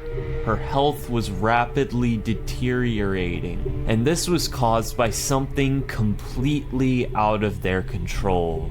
That despite their best efforts, they are unable to stop. The treatment was working. It had to have worked. They did everything right. It was the disease. It's the disease's fault. Mark, of course, has a differing answer as to why Kelly's decline in well-being happened during their stay in Alaska. The cost of asthma medication that Kelly now required to keep her alive was over $400 per month. I strongly suspected that much of the reason for her declining health resulted from the 2 weeks in hell she had recently spent with alleged serial killer Wayne Cox. And how satisfying it must feel to live in a world where the man Mark is naturally pitted against is also the objective villain in his story. It couldn't have been because he as a parent failed to keep his child safe and healthy. No, it was another part of the conspiracy. I also want to briefly touch on the strange lack of emotions in many of Mark's writings. This could be chalked up to him not being a very talented writer. Jim Keith had a similar thought. But there are sections narrated by Kathy where even she's confused as to why he isn't displaying any sort of outward emotion. I wrote a brief line that Cox was an occult serial killer. Mark glanced over at what I had written as he merged onto the freeway. Suppressing his own horror, he nonchalantly asked, "How do you know this?" This quote is sourced from when the couple left their daughter with this alleged serial killer for his 2-week court-appointed visit. Kathy here is projecting her own emotion onto him, which also just happens to be another symptom of schizophrenia. It's hard to say why this is the case with Mark. I have a few theories. Perhaps he's trying to roleplay as a cool, collected action hero. Perhaps he genuinely has some sort of mood disorder, but I really don't have enough evidence here to say what this means either way. Just something I found rather interesting. Now, they do actually talk to a real pediatrician during the series of events, Clinton B. Lillybridge, MD, about Kathy and Kelly's ritual abuse, assumedly the first time they've opened up about any of this directly to a therapeutic professional since they were first whisked away by Mark. And they have documents from the examination as well. Remember the secret evidence I was saving for later? Well, here it is. I've chosen not to show these documents in full because of the fact that they are extremely personal and private transcripts of full-body medical examinations of an individual during her childhood. An individual whom, regardless of her stance on the matter, no longer has the ability to decide whether or not these documents are public or private. Personally, the fact that Mark and Kathy decided to put these sensitive medical documents about their own daughter into this book shows just how desperate they are to validate this conspiracy of theirs. They will use any and every scrap of evidence they can to prove it's real. And in their desperation, they don't even realize the fact that the very document they cite contradicts them. Now, before I tackle the elephant staring us down in the middle of the road, I want to point out the fact that, with one exception, Kelly showed no evidence of the sorts of injuries that the couple have claimed she's experienced. No scars, stun gun prodding, anything. This document actually does a lot to discredit many of the claims Kathy has mentioned in her section of the book. Aquino traumatized her through sexual assault and high-voltage tortures of the mind and body. She, like I, to this day carries numerous scars from this non-satanic abuse base. No such scars were found, strangely enough. The only thing this document proves is that Kelly had some sort of sexual encounter at some point, which I want to add could have come from other sources. Kelly's testimony is also not provided at any point whatsoever. This, plus the generally unreliable nature of the couple's story up until this point, leads me to believe this most likely wasn't the result of a sexual assault. This may be me hoping the best for Kelly, but I have yet to see any sort of evidence that rules out these sorts of explanations. Now, following these series of events, Kelly was taken away from the couple. This particular quote is from Kathy's account of a therapy session a couple years after they lost custody of Kelly. Quote, October 1992. I had been sufficiently prepared to deal with the trauma of seeing Kelly negatively programmed. She asked me, why don't I have the memory flashes anymore, and said she wanted to see Cox. Mr. Nicewinder, who was supervising the visit, asked Kelly if she could remember anything, good or bad, about Cox. She replied, no. So I reminded her how our brain compartmentalizes memory of trauma too horrible to comprehend, and asked if, perhaps, this was why she had no memory of Cox. The logic restored her control over her own mind, without my having triggered memory which could have resulted in respiratory failure. Instead, Kelly decided that she would not see Cox after all, then told me that all she could remember about her past was...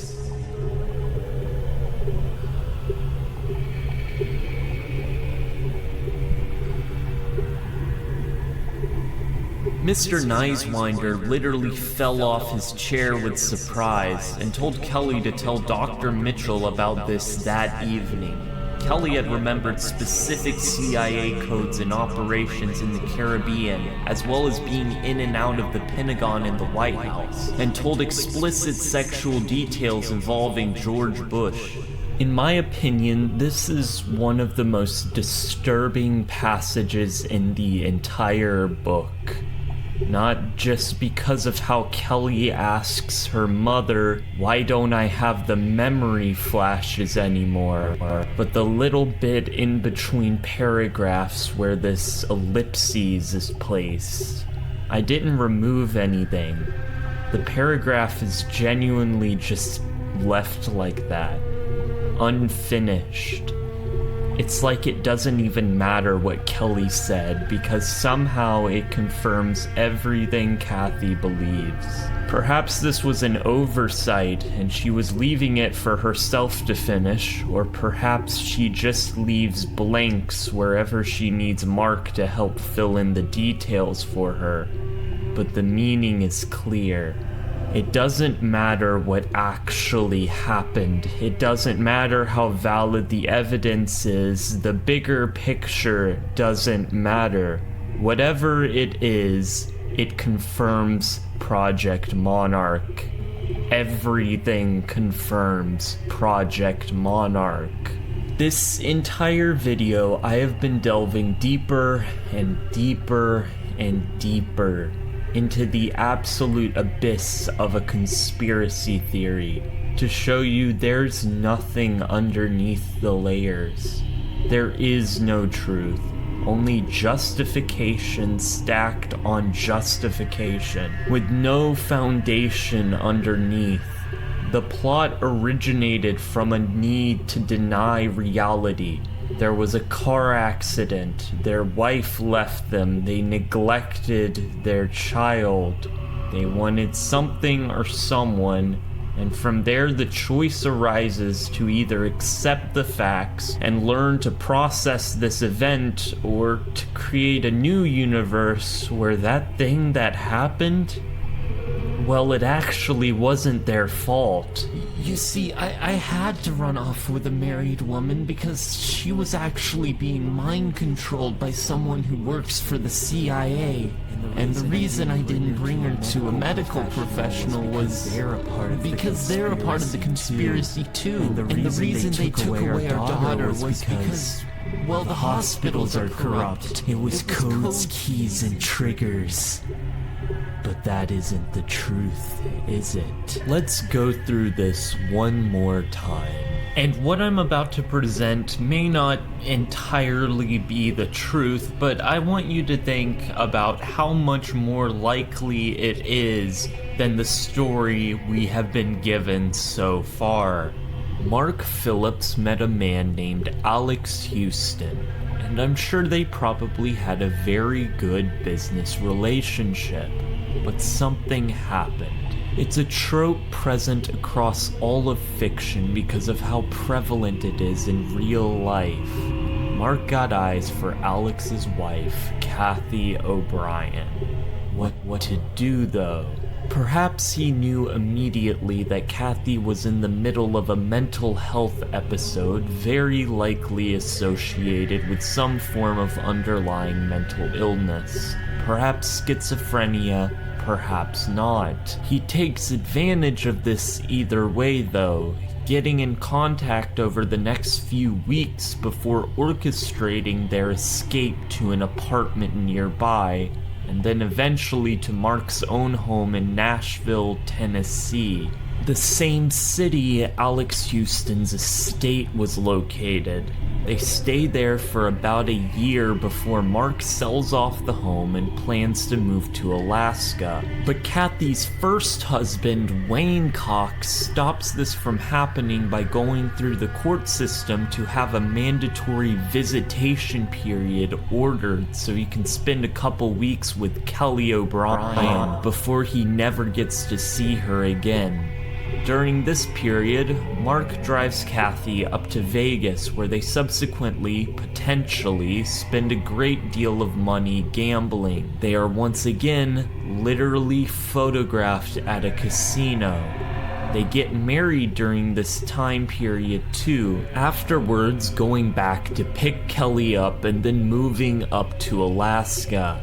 It's here where Mark most likely starts to feel the financial burdens he's put on himself, especially with Kathy being completely unable to work, given she's still undergoing a psychotic episode.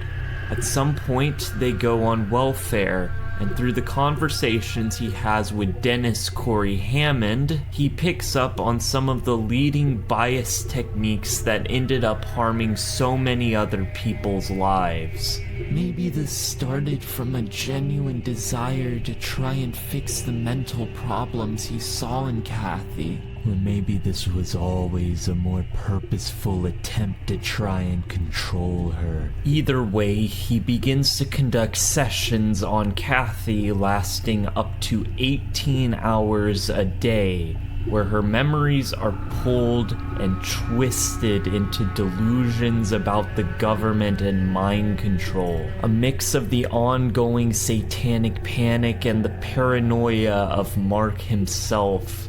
All while he begins to neglect his daughter Kelly and her ongoing situation with her asthma, choosing instead to substitute her medication for water in order to somehow negate her very real medical condition. This was accompanied with increasingly severe symptoms of her improperly treated mental disorder Mark was in no way qualified to handle himself. She ends up being hospitalized and eventually taken away from the two, becoming a ward of the state. This really was just too much for Mark and Kathy to accept, and it was much easier to shift the blame from them to this grand conspiracy against them. So that's what they did. Over time, Mark's recovery process transformed into a coping mechanism, a way to justify the unjustifiable, and this was then spun into what they call Project Monarch. This story changed, shifted, and evolved over the years as it was challenged, and those challenges were rationalized and explained away. As each bit grew and grew and grew, until it became an unrecognizable mess of stories of abuse and how they explain why they did the things they did. Project Monarch was created for Kathy and Mark as much as it was created for anyone else. How many vulnerable individuals have been taken advantage of by bad actors to satisfy their greed and lust? How many more times is this gonna happen? How many more times does it have to happen for anybody to give a shit? What is my purpose making this? What do I think I'm gonna do? Abused kids are just gonna keep abusing their kids, and they'll abuse their kids, and they'll be blind with 3 eyes. They'll never see, and the one-eyed kings will use and abuse this till we're all dust. What if I'm wrong about them? What if this is another illusion? I look too far into connections that don't exist, just like they did. Oh, nobly born, this doesn't have to be a precipice. Let's circle all the way back to the beginning, breaking through the surface of the ocean to once again tackle Bull of Heaven's 121, Oh Nobly Born. They are not really precipices. Except now we get to analyze the piece in the context of all the information we now have. Because it's my impression that Clayton actually knew quite a lot about what was actually going on here. I'd even go as far as to say 121 Oh Nobly Born is a representation of transformation of America in audio form. Something interesting about the structure of Oh Nobly Born is, if we visualize it and then compare it to the structure of Kathy's book, Transformation of America, if we assume Mark's section to include the documents in the middle of the book, they almost exactly match up, even down to the margins in between. There's a space in the book after Mark's section ends where it's just a bunch of acknowledgments, and this is represented perfectly in Oh Nobly Born as a period of silence in between the two segments. Now, it's my impression that this is a very purposeful attempt to make a statement on the book by mimicking it in structure. Mark's section being represented with this first part, and then Kathy's section being represented by her own speech. Now, the one flaw in this is the first section doesn't use Mark Phillips's voice. It uses a preacher named Pastor Manning, who also happens to use conspiracy theories to justify his worldviews.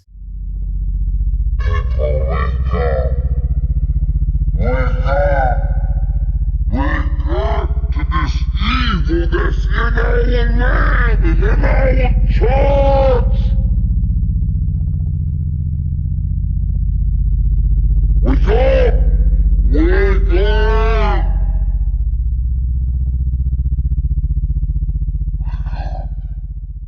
People, wake up!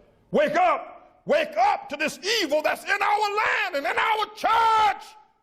Wake up! Wake up! Wake up! Heed the word, Almighty God.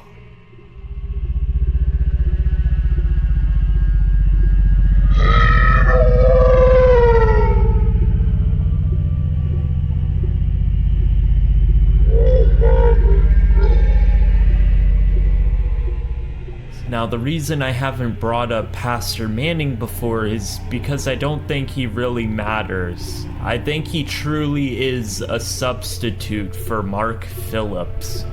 Let me explain.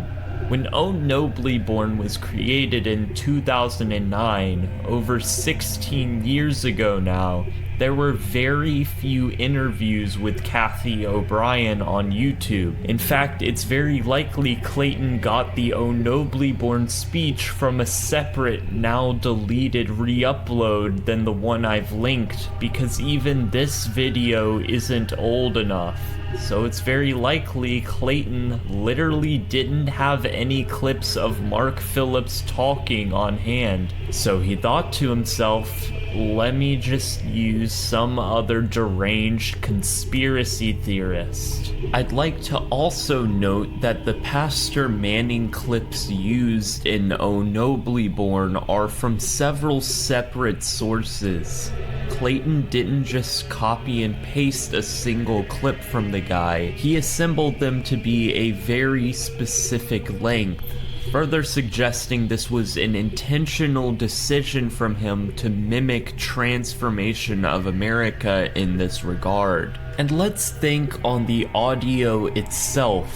The initial audio segment is cut up, distorted, inconsistent. It changes just like how we've seen Mark change and amend various parts of his story over the years. All the Constitution is defending the U.S. Constitution. Sign your name. Put it in the envelope. Put on the outside of the envelope. While Kathy's speech has a delay effect on it, an echo. She's literally echoing the things she's been told to say. When our knowledge base is altered, we're left to superstition, conjecture, and ultimately fear. Now, at first, a listener might assume this to be a representation of the mind control programming she claims to have experienced, but remember, if we speed up the audio 45 times, we can hear the truth.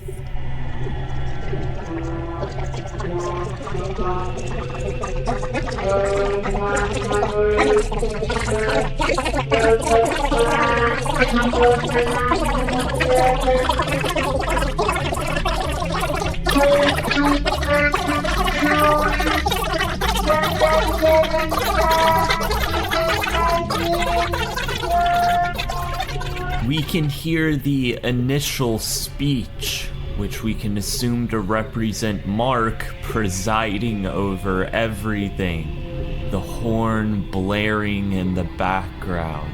He's where this story came from. It was always him, his words, his will. Kathy merely repeating what she's been told in sham therapy sessions. And finally, let's take a look at the cover.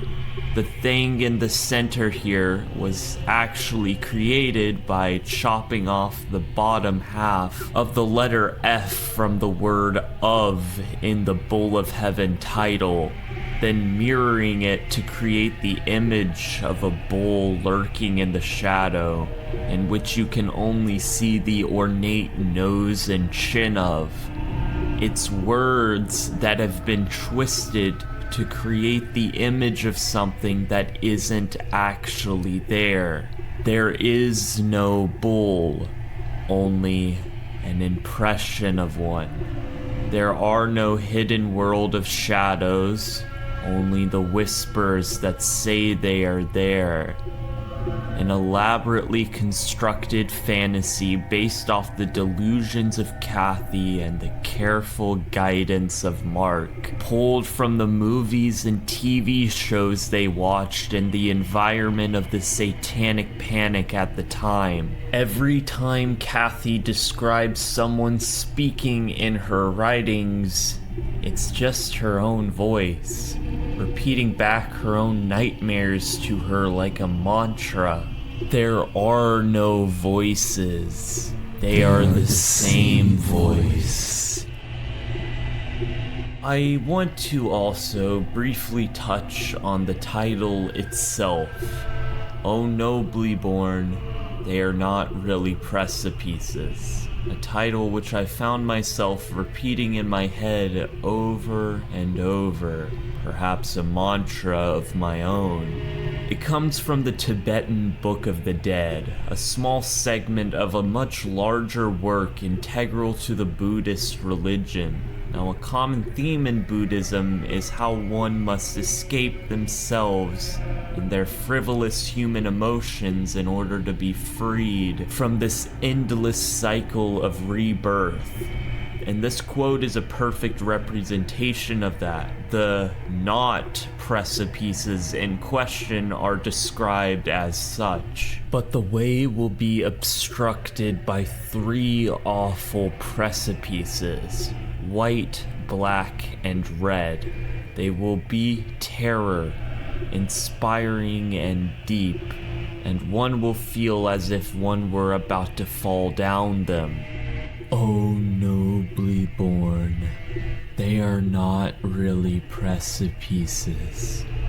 They are anger, lust, and stupidity. Anger, lust, and stupidity. Human emotions that cause us to do horrible things to other people. What seems like a huge pit is actually just a representation of these flawed desires. What seems like an interlocking conspiracy spanning decades and multiple world governments is actually just based off the same feelings you and I deal with, just twisted into a horrible shape that's nearly unrecognizable. Ritual abuse and everything related to it, including trauma-based mind control, is a fake phenomena that has done nothing except tear apart the families that have unfortunately fallen into that trap of thinking. It destroyed the life of Mary Shan Lee, took away Karen from her family, and then it tore apart Kathy and her daughter Kelly O'Brien. Each and every person who has perpetuated the idea of ritual abuse has at least indirectly facilitated this. This was not an accidental mistake or just the result of people getting caught up in their emotions in the moment. In many cases, it was a direct, orchestrated attempt by these people to take advantage of these victims for the sake of money or power or whatever else they wanted. And the victims, the conspiracy theorists who really think they know the truth, who've made up a whole world to live inside in, well, where are they now? I stumbled upon Kathy O'Brien's podcasts, which are mainly just a collection of short audio journals she seems to publish mainly for herself. She started them a little after Mark Phillips's death in 2016, and they have a noticeable shift in tone when compared to her testimony and transformation of America. Most apparently, the claims she makes are much bolder.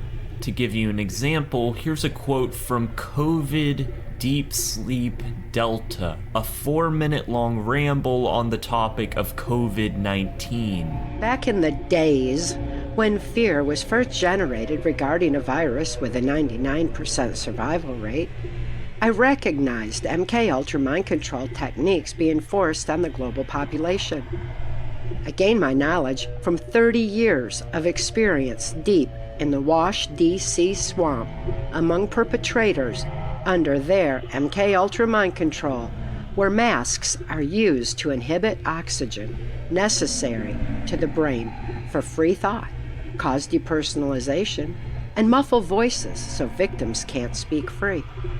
There is so much I could bring up here. The fact she's referring to a 99% survival rate as a reason we shouldn't be afraid of COVID, when in reality a 99% survival rate for a virus as contagious as COVID is fucking terrible. That means hundreds of thousands of people are dying from it. Or the fact she refers to masks as a method of inhibiting oxygen causing depersonalization, and then goes on to say that they prevent free speech by literally muffling people's voices. These are all observations so completely divorced from reality, I don't really even have to do anything to show you how utterly insane they are. Here's another quote from one of her podcast entries titled Trump One of Us? Trump is not one of us, my MK-Ultra handler, Alex Houston, warned as he dropped me off inside the doors of Atlantic City's most opulent casino. It was 1985, and I was under robotic MK-Ultra mind control orders to meet Reagan's attaché, Philip Habib, as detailed in Transformation of America. Saying someone is not one of us was common trigger phraseology that forbid I should have any contact anytime, anywhere, with anyone outside the cabal of New World Order deep state perpetrators. A threat to the deep state. Donald Trump was of deep concern to those shadow government criminals in control of my mind, our media, information, education, and justice system. Maybe they feared he had eyes to see, ears to hear, and soul to know that their criminal activity was draining our country and, in turn, was fully capable of draining their Wash, D.C. swamp. Today, people often ask me what I knew about Trump.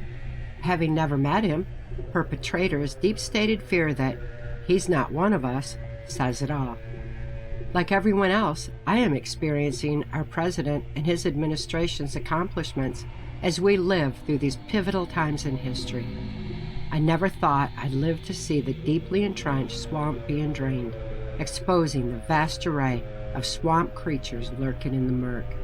Yes, the draining of the swamp. I'd like to know the specific examples Kathy has in mind when she mentions the Trump administration's accomplishments, because as of now, all she does throughout this audio journal of hers is vaguely gesture to some unknown good the Trump administration is doing. I don't know why they're good, I just know they have to be good. And oh look, there's another convenient little quote from her ex-husband Alex Houston, where he specifically says Trump isn't one of them. Look at this bad person. They said this person wasn't with them. Therefore, they're good. She doesn't even have to think about what Trump is actually doing to help her and her cause, because she can safely assure herself that yes, all is well.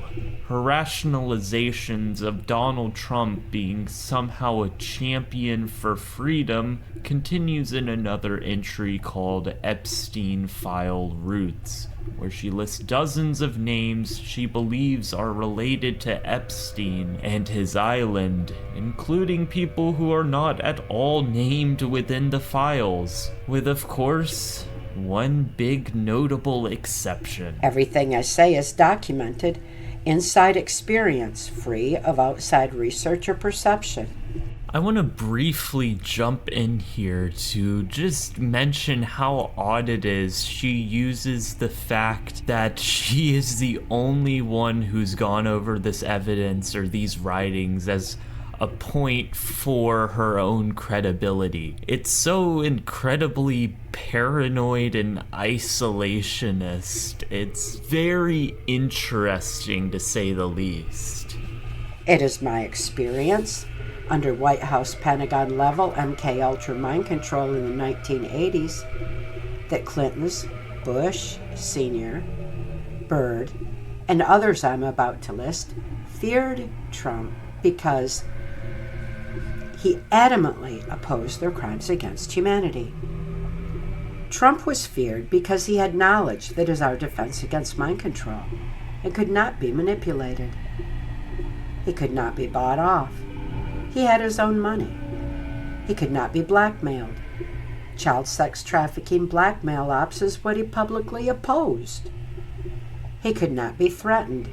He had his own security. He could not be compromised.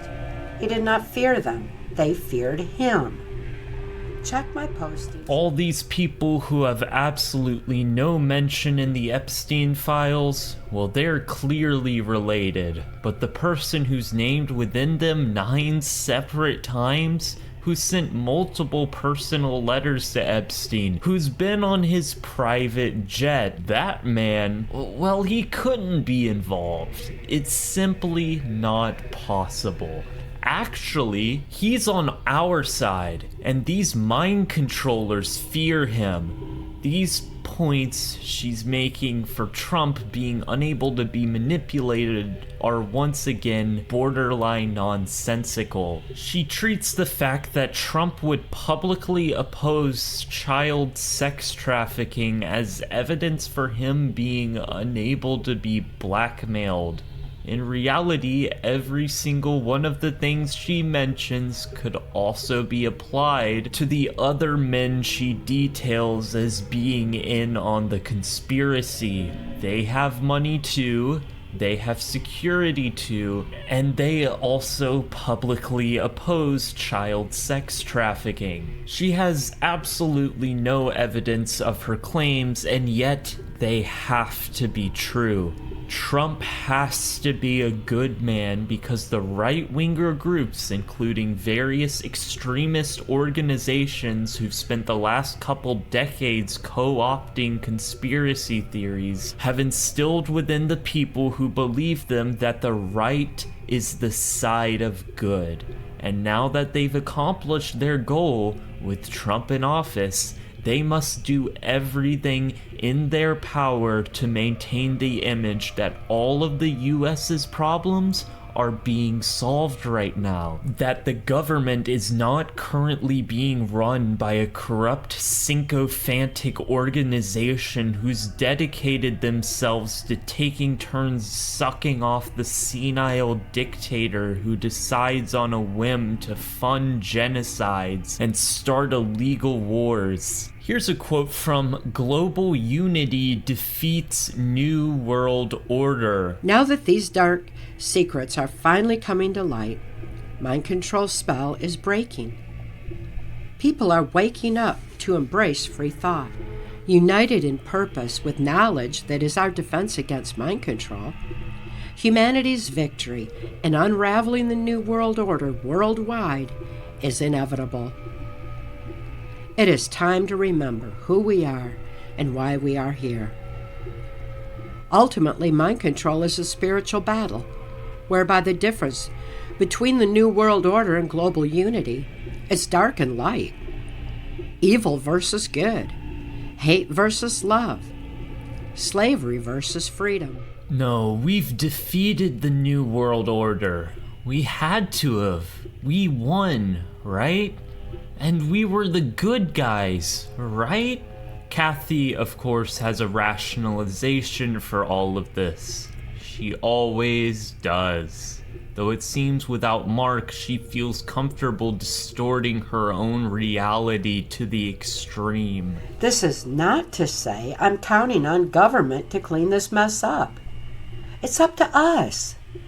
President Trump repeatedly said he has given power back to the people and signed numerous executive orders empowering us to stand against human trafficking, while closing our borders to this criminal funding mechanism of globalist agenda.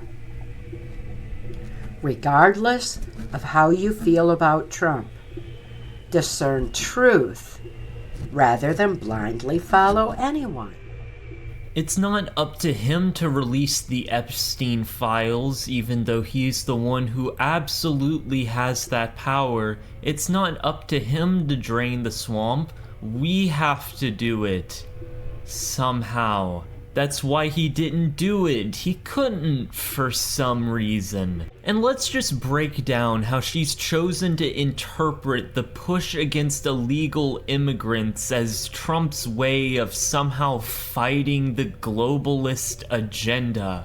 Wasn't the original point of Project Monarch supposed to be the US was in charge of these mind control experiments? Now she's not only avoided explaining why Trump hasn't immediately exposed this plot, which he apparently has knowledge of, but she's now pushed the threat onto immigrants coming into this country. I don't think Kathy even understands what Project Monarch is about anymore. I genuinely can't think of another explanation why she'd state this when the CIA were supposed to be the bad guys here. How are illegal immigrants a part of this equation? And that last line, discern truth rather than blindly follow anyone. That defines the modern conspiracy theorists better than anything else. They don't even realize they're being manipulated. Like flat earthers, they want to believe so badly they know the truth, that they've seen behind the curtains. Whether just to feel special or as a coping mechanism, the vast majority of them make various connections, then stop short of actually critically analyzing those connections. They still believe whatever they're being told, it's just that now they're listening to someone who labels themselves as the secret underground real news source for alternative facts. Take Kathy, for example. Despite the fact she claims she's seen the truth, she has fallen for every single bit of right-wing propaganda. Consider how the transgender, gender confusion movement that is born of depersonalization for the New World Order's mind control slave society agenda. Children are so compliant and malleable that they gravitate to any narrative being pushed, such as transgenderism. Transgender movement is a mind control agenda intended to fulfill depopulation goals. When suggestibility is so high that a child has no defense against imposed hormone alteration or even surgery, mind control is absolute. Transgenders are a ploy to weaken our numbers. It doesn't matter that this argument can be applied to various religions, to priests, to gays and lesbians. No, this is specifically a transgender thing because that's less controversial in her circle of MAGA dick suckers. It gets a lot harder to argue that every single group that doesn't happen to have children is also a part of some ploy to depopulate the US. And what about adoptions? Technically, people having children means there's less people being adopted from orphanages and other institutions. Are you against adoption, Kathy O'Brien? Do you see how easy it is to make these arguments when you don't actually think about the plausible legitimacy of what you're saying? This child easily becomes a sleeper that can be activated to carry out any order, including perpetuating trauma on others through mass shootings. Now the mind control cycle is perpetuating itself through trauma as intended. This is one of the first times I found myself genuinely disgusted with what Kathy O'Brien was saying.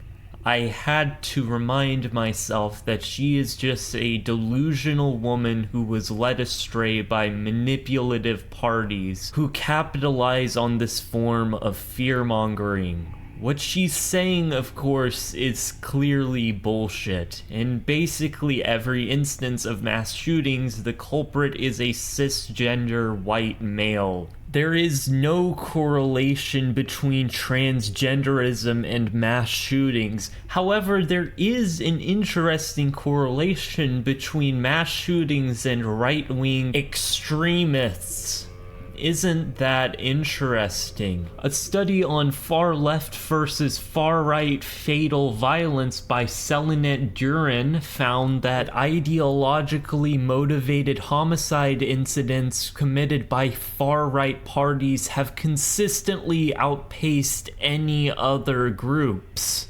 A news article by the Center of Investigative Reporting found the same exact thing. Between 2008 and 2016, the amount of right-wing terrorist incidents have outpaced all other groups combined. Fascinating. All Kathy has done here is look at the rising support for transgenders and the rise in mass shootings and decide that these are somehow correlated.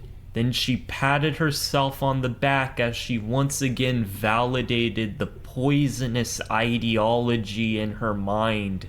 There is no critical analysis happening here, just a steady flow of spoon-fed bullshit delivered to her by whatever conspiracy theorist grifter she happens to be listening to. The reality is she's probably been sucked into a sphere of MAGA-aligned grifters who've convinced her that Trump and the rest of the right are on her side, are on the side of good. So anything he does must be fighting some sort of vague threat she doesn't even understand herself. Her insistence on the entirety of the media and outside news sources being in on this mind control conspiracy has actually made it incredibly easy for any person who aligns themselves with her beliefs to manipulate her into believing whatever they want. This may seem contradictory, but I also believe Kathy's self-imposed blockade on information doesn't extend to people who she thinks are her friends. At the end of the day, I don't think Kathy is just coming up with this nonsense on her own. She's repeatedly said she isn't a big fan of the media, it's one of her primary talking points, but I think she listens to the people who've chosen to closely affiliate with her. And over the years, that got filtered down as all the conspiracy theorists who chose to actually research her claims decided to not associate with the woman clearly going through some sort of mental episode. And now all that's left are the conmen who see an easy target or are just as delusional as her. And the thing is, with all these conspiracy theorists going about with their own separate theories, eventually they'll start to turn on each other when they realize the other person's story doesn't align with theirs. And that's exactly what I've seen happen. In an article titled "The True Story About Mark Phillips," written by Ray Bilger, we see a man who found a woman, Janice, undergoing a mental episode that he decided to diagnose with ritual abuse. An eerily familiar situation. In late 1996, while driving a lonely stretch of road, Janice was involved in an auto accident where she was forced off the road by another car. She crashed head-on into a bridge abutment and her car burst into flames. I first met Janice in early 1997 when I heard from a close friend who had been at the scene of her accident that Janice said she had worked underground at China Lake Naval Weapons Station in the California desert. I wanted to interview her about this, and she hesitatingly agreed. We got to know each other over the next couple of months. This is when I first found out about her being a victim of MKUltra. Eventually, sensing something was wrong, her family starts to take care of her, except our narrator, Ray, goes over to visit Janice and convinces her she needs to stay with him. When I got to her house, about an hour's drive south of where I live, she was surprised to see me. She had a suitcase packed, and I told her of the probable fate that awaited her if she left the next morning. After talking with her for a while, I was able to convince her that she should come and stay with me for the time being. What an absolute gentleman. I could write a whole lot more on the creepy nature of these men substituting themselves as caregivers, and then going on to have relationships with these women, but I think I've said enough on that front already. It's just very disturbing to see that it is a systematic problem that has happened to multiple women involved with the web of ritual abuse. Eventually, they learn about Mark and Kathy and figure they should talk to the couple, as they suppose the programmer and his muse should be able to help them with their mind control situation. Mark was very emphatic about us not ever saying to anyone that we had met privately with him in this way. We agreed to not say anything. Mark then proceeded to talk to Janice and ask her all sorts of questions. He had her sit in a small desk and answer lists of various questions. Things like, what is your favorite food? And what is your favorite color?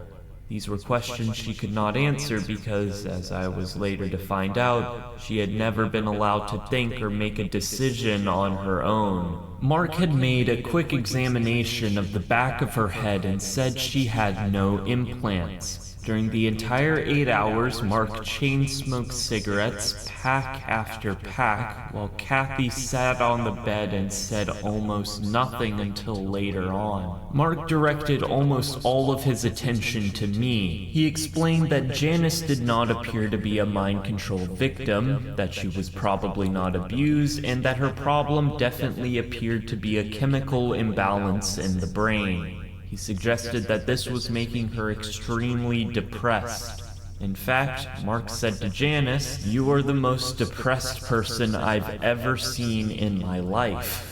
Mark decides that this woman is suffering from some sort of mental disorder, perhaps a combination of it being so evident even his biased leading methods aren't enough to compensate, or the various inconsistencies in her narrative conflicting with the story he's convinced himself to believe. Either way, he decides that this person is depressed and that she isn't being ritually abused. This is probably true, But of course Ray and his pet simply do not accept this. Him claiming his reasoning being Mark's statements in a radio program he heard. Earlier in the program, Mark had said that Muskegon, Michigan is considered the capital in the United States for pedophilia. Janice's comment was that indeed there is pedophile activity in Michigan, but it is by no means the capital. Was Mark's comment designed to intentionally divert attention away from Las Vegas?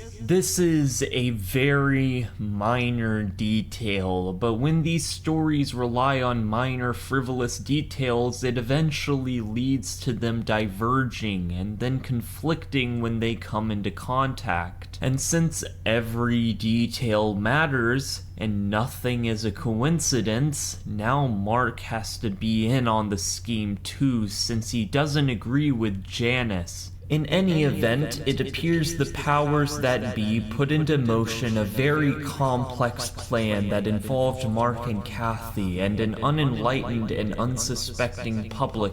They figured that if they could make it look like a rogue CIA agent went astray and rescued a MK Ultra mind-controlled sex slave and escaped with her to write a book about it, and if it was all done just right, then the public might just buy it. It's sad how close Ray has gotten to the truth. He's managed to just barely scrape what's actually going on here, but this delusion of ritual abuse prevents him from seeing the full picture. That it itself is a lie, that he has also done the same exact thing that Mark has done here.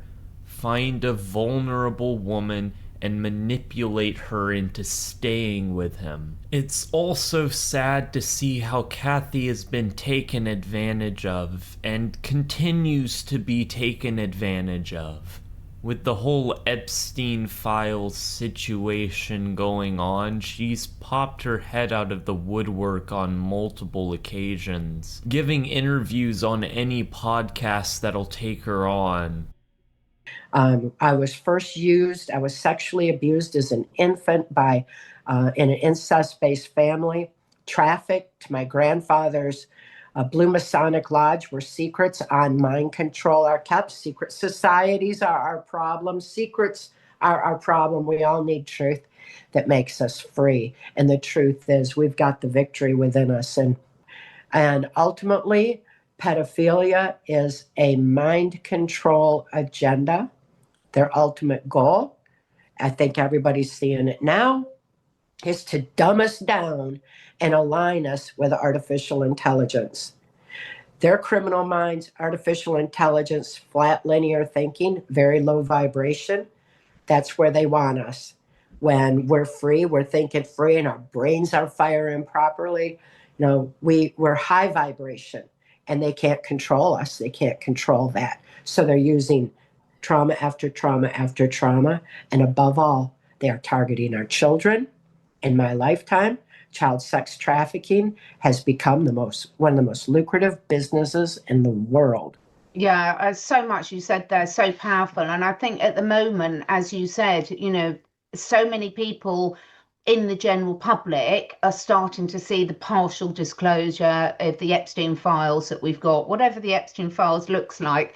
What does that raise for you, Kathy? How do you feel about what is being released at the moment? And it's plain to see these interviewers don't seem to actually care about what she has to say in the slightest. They only care about having the clout of interviewing a government whistleblower.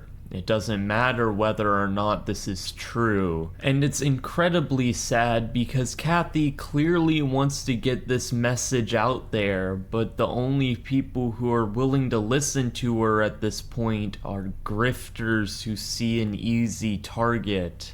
If someone's in that kind of position, as far as any religious organization, any church, anything sacred in our lives is being infiltrated totally. And what I've been screaming about is look on the board of directors of Turning Point USA, and General Bailey is on that board of directors, and he wrote Mind Wars with Lieutenant Colonel Michael Aquino. You've got Satanism, the roots of Satanism and psychological warfare rooted so deep in Turning Point USA that hopefully as people start realizing this more and more, I've been speaking out on it. I've written blog posts on Michael Aquino. He was my primary MK Ultra mind control programmer. I've written Erica Kirk blog post to empower people to start looking at things. That's so important. Thank you for bringing that up, Kathy. I think Catherine and I have spoken about this a lot. Like, we have this problem where, and I think it's a global problem, where we idolize people, and we stop thinking critically. All the people I've mentioned before, Dr. Judith Peterson, Dennis Corey Hammond, Mark Phillips, they've all pretty much gotten away with this scot-free. The trial I mentioned before against Spring Shadows Glen Hospital, a mistrial was declared a few weeks in and the whole thing was dropped by the state. Dennis Corey Hammond now operates under the name D. Corydon Hammond, likely to mask his involvement with ritual abuse, and now operates in another field entirely called neurofeedback, which has gained a significant amount of controversy over it not actually working and essentially just operating under the placebo effect, all while charging extravagant prices for each session. Old habits die hard, I guess. And Mark Phillips, well, he died in 2016 without much attention on him at all, where he lived with Kathy for over 2 decades. Every single one of these people managed to slink away back into the shadows because we had a government which didn't care to prosecute them, and enough plausible deniability where they couldn't explicitly be charged with another crime. There are still organizations trying to put forward the idea that ritual abuse is a real phenomenon, as most likely another grift for money or attention. My message is simple. You and I and everyone watching are all vulnerable to manipulation, to tactics like these. Really think, if the satanic panic were to happen today, would you be convinced? If there was some event, like a group of wealthy individuals exposed as being associated with and being pedophiles, and a person with some very fancy credentials told you about how this was actually a very common phenomena and there were tons of girls out there being abused by their parents because they were complicit in the scheme as well, and you needed to help their cause to take these girls and put them in a specialist hospital where they'd be milked for insurance money, would you fall for it?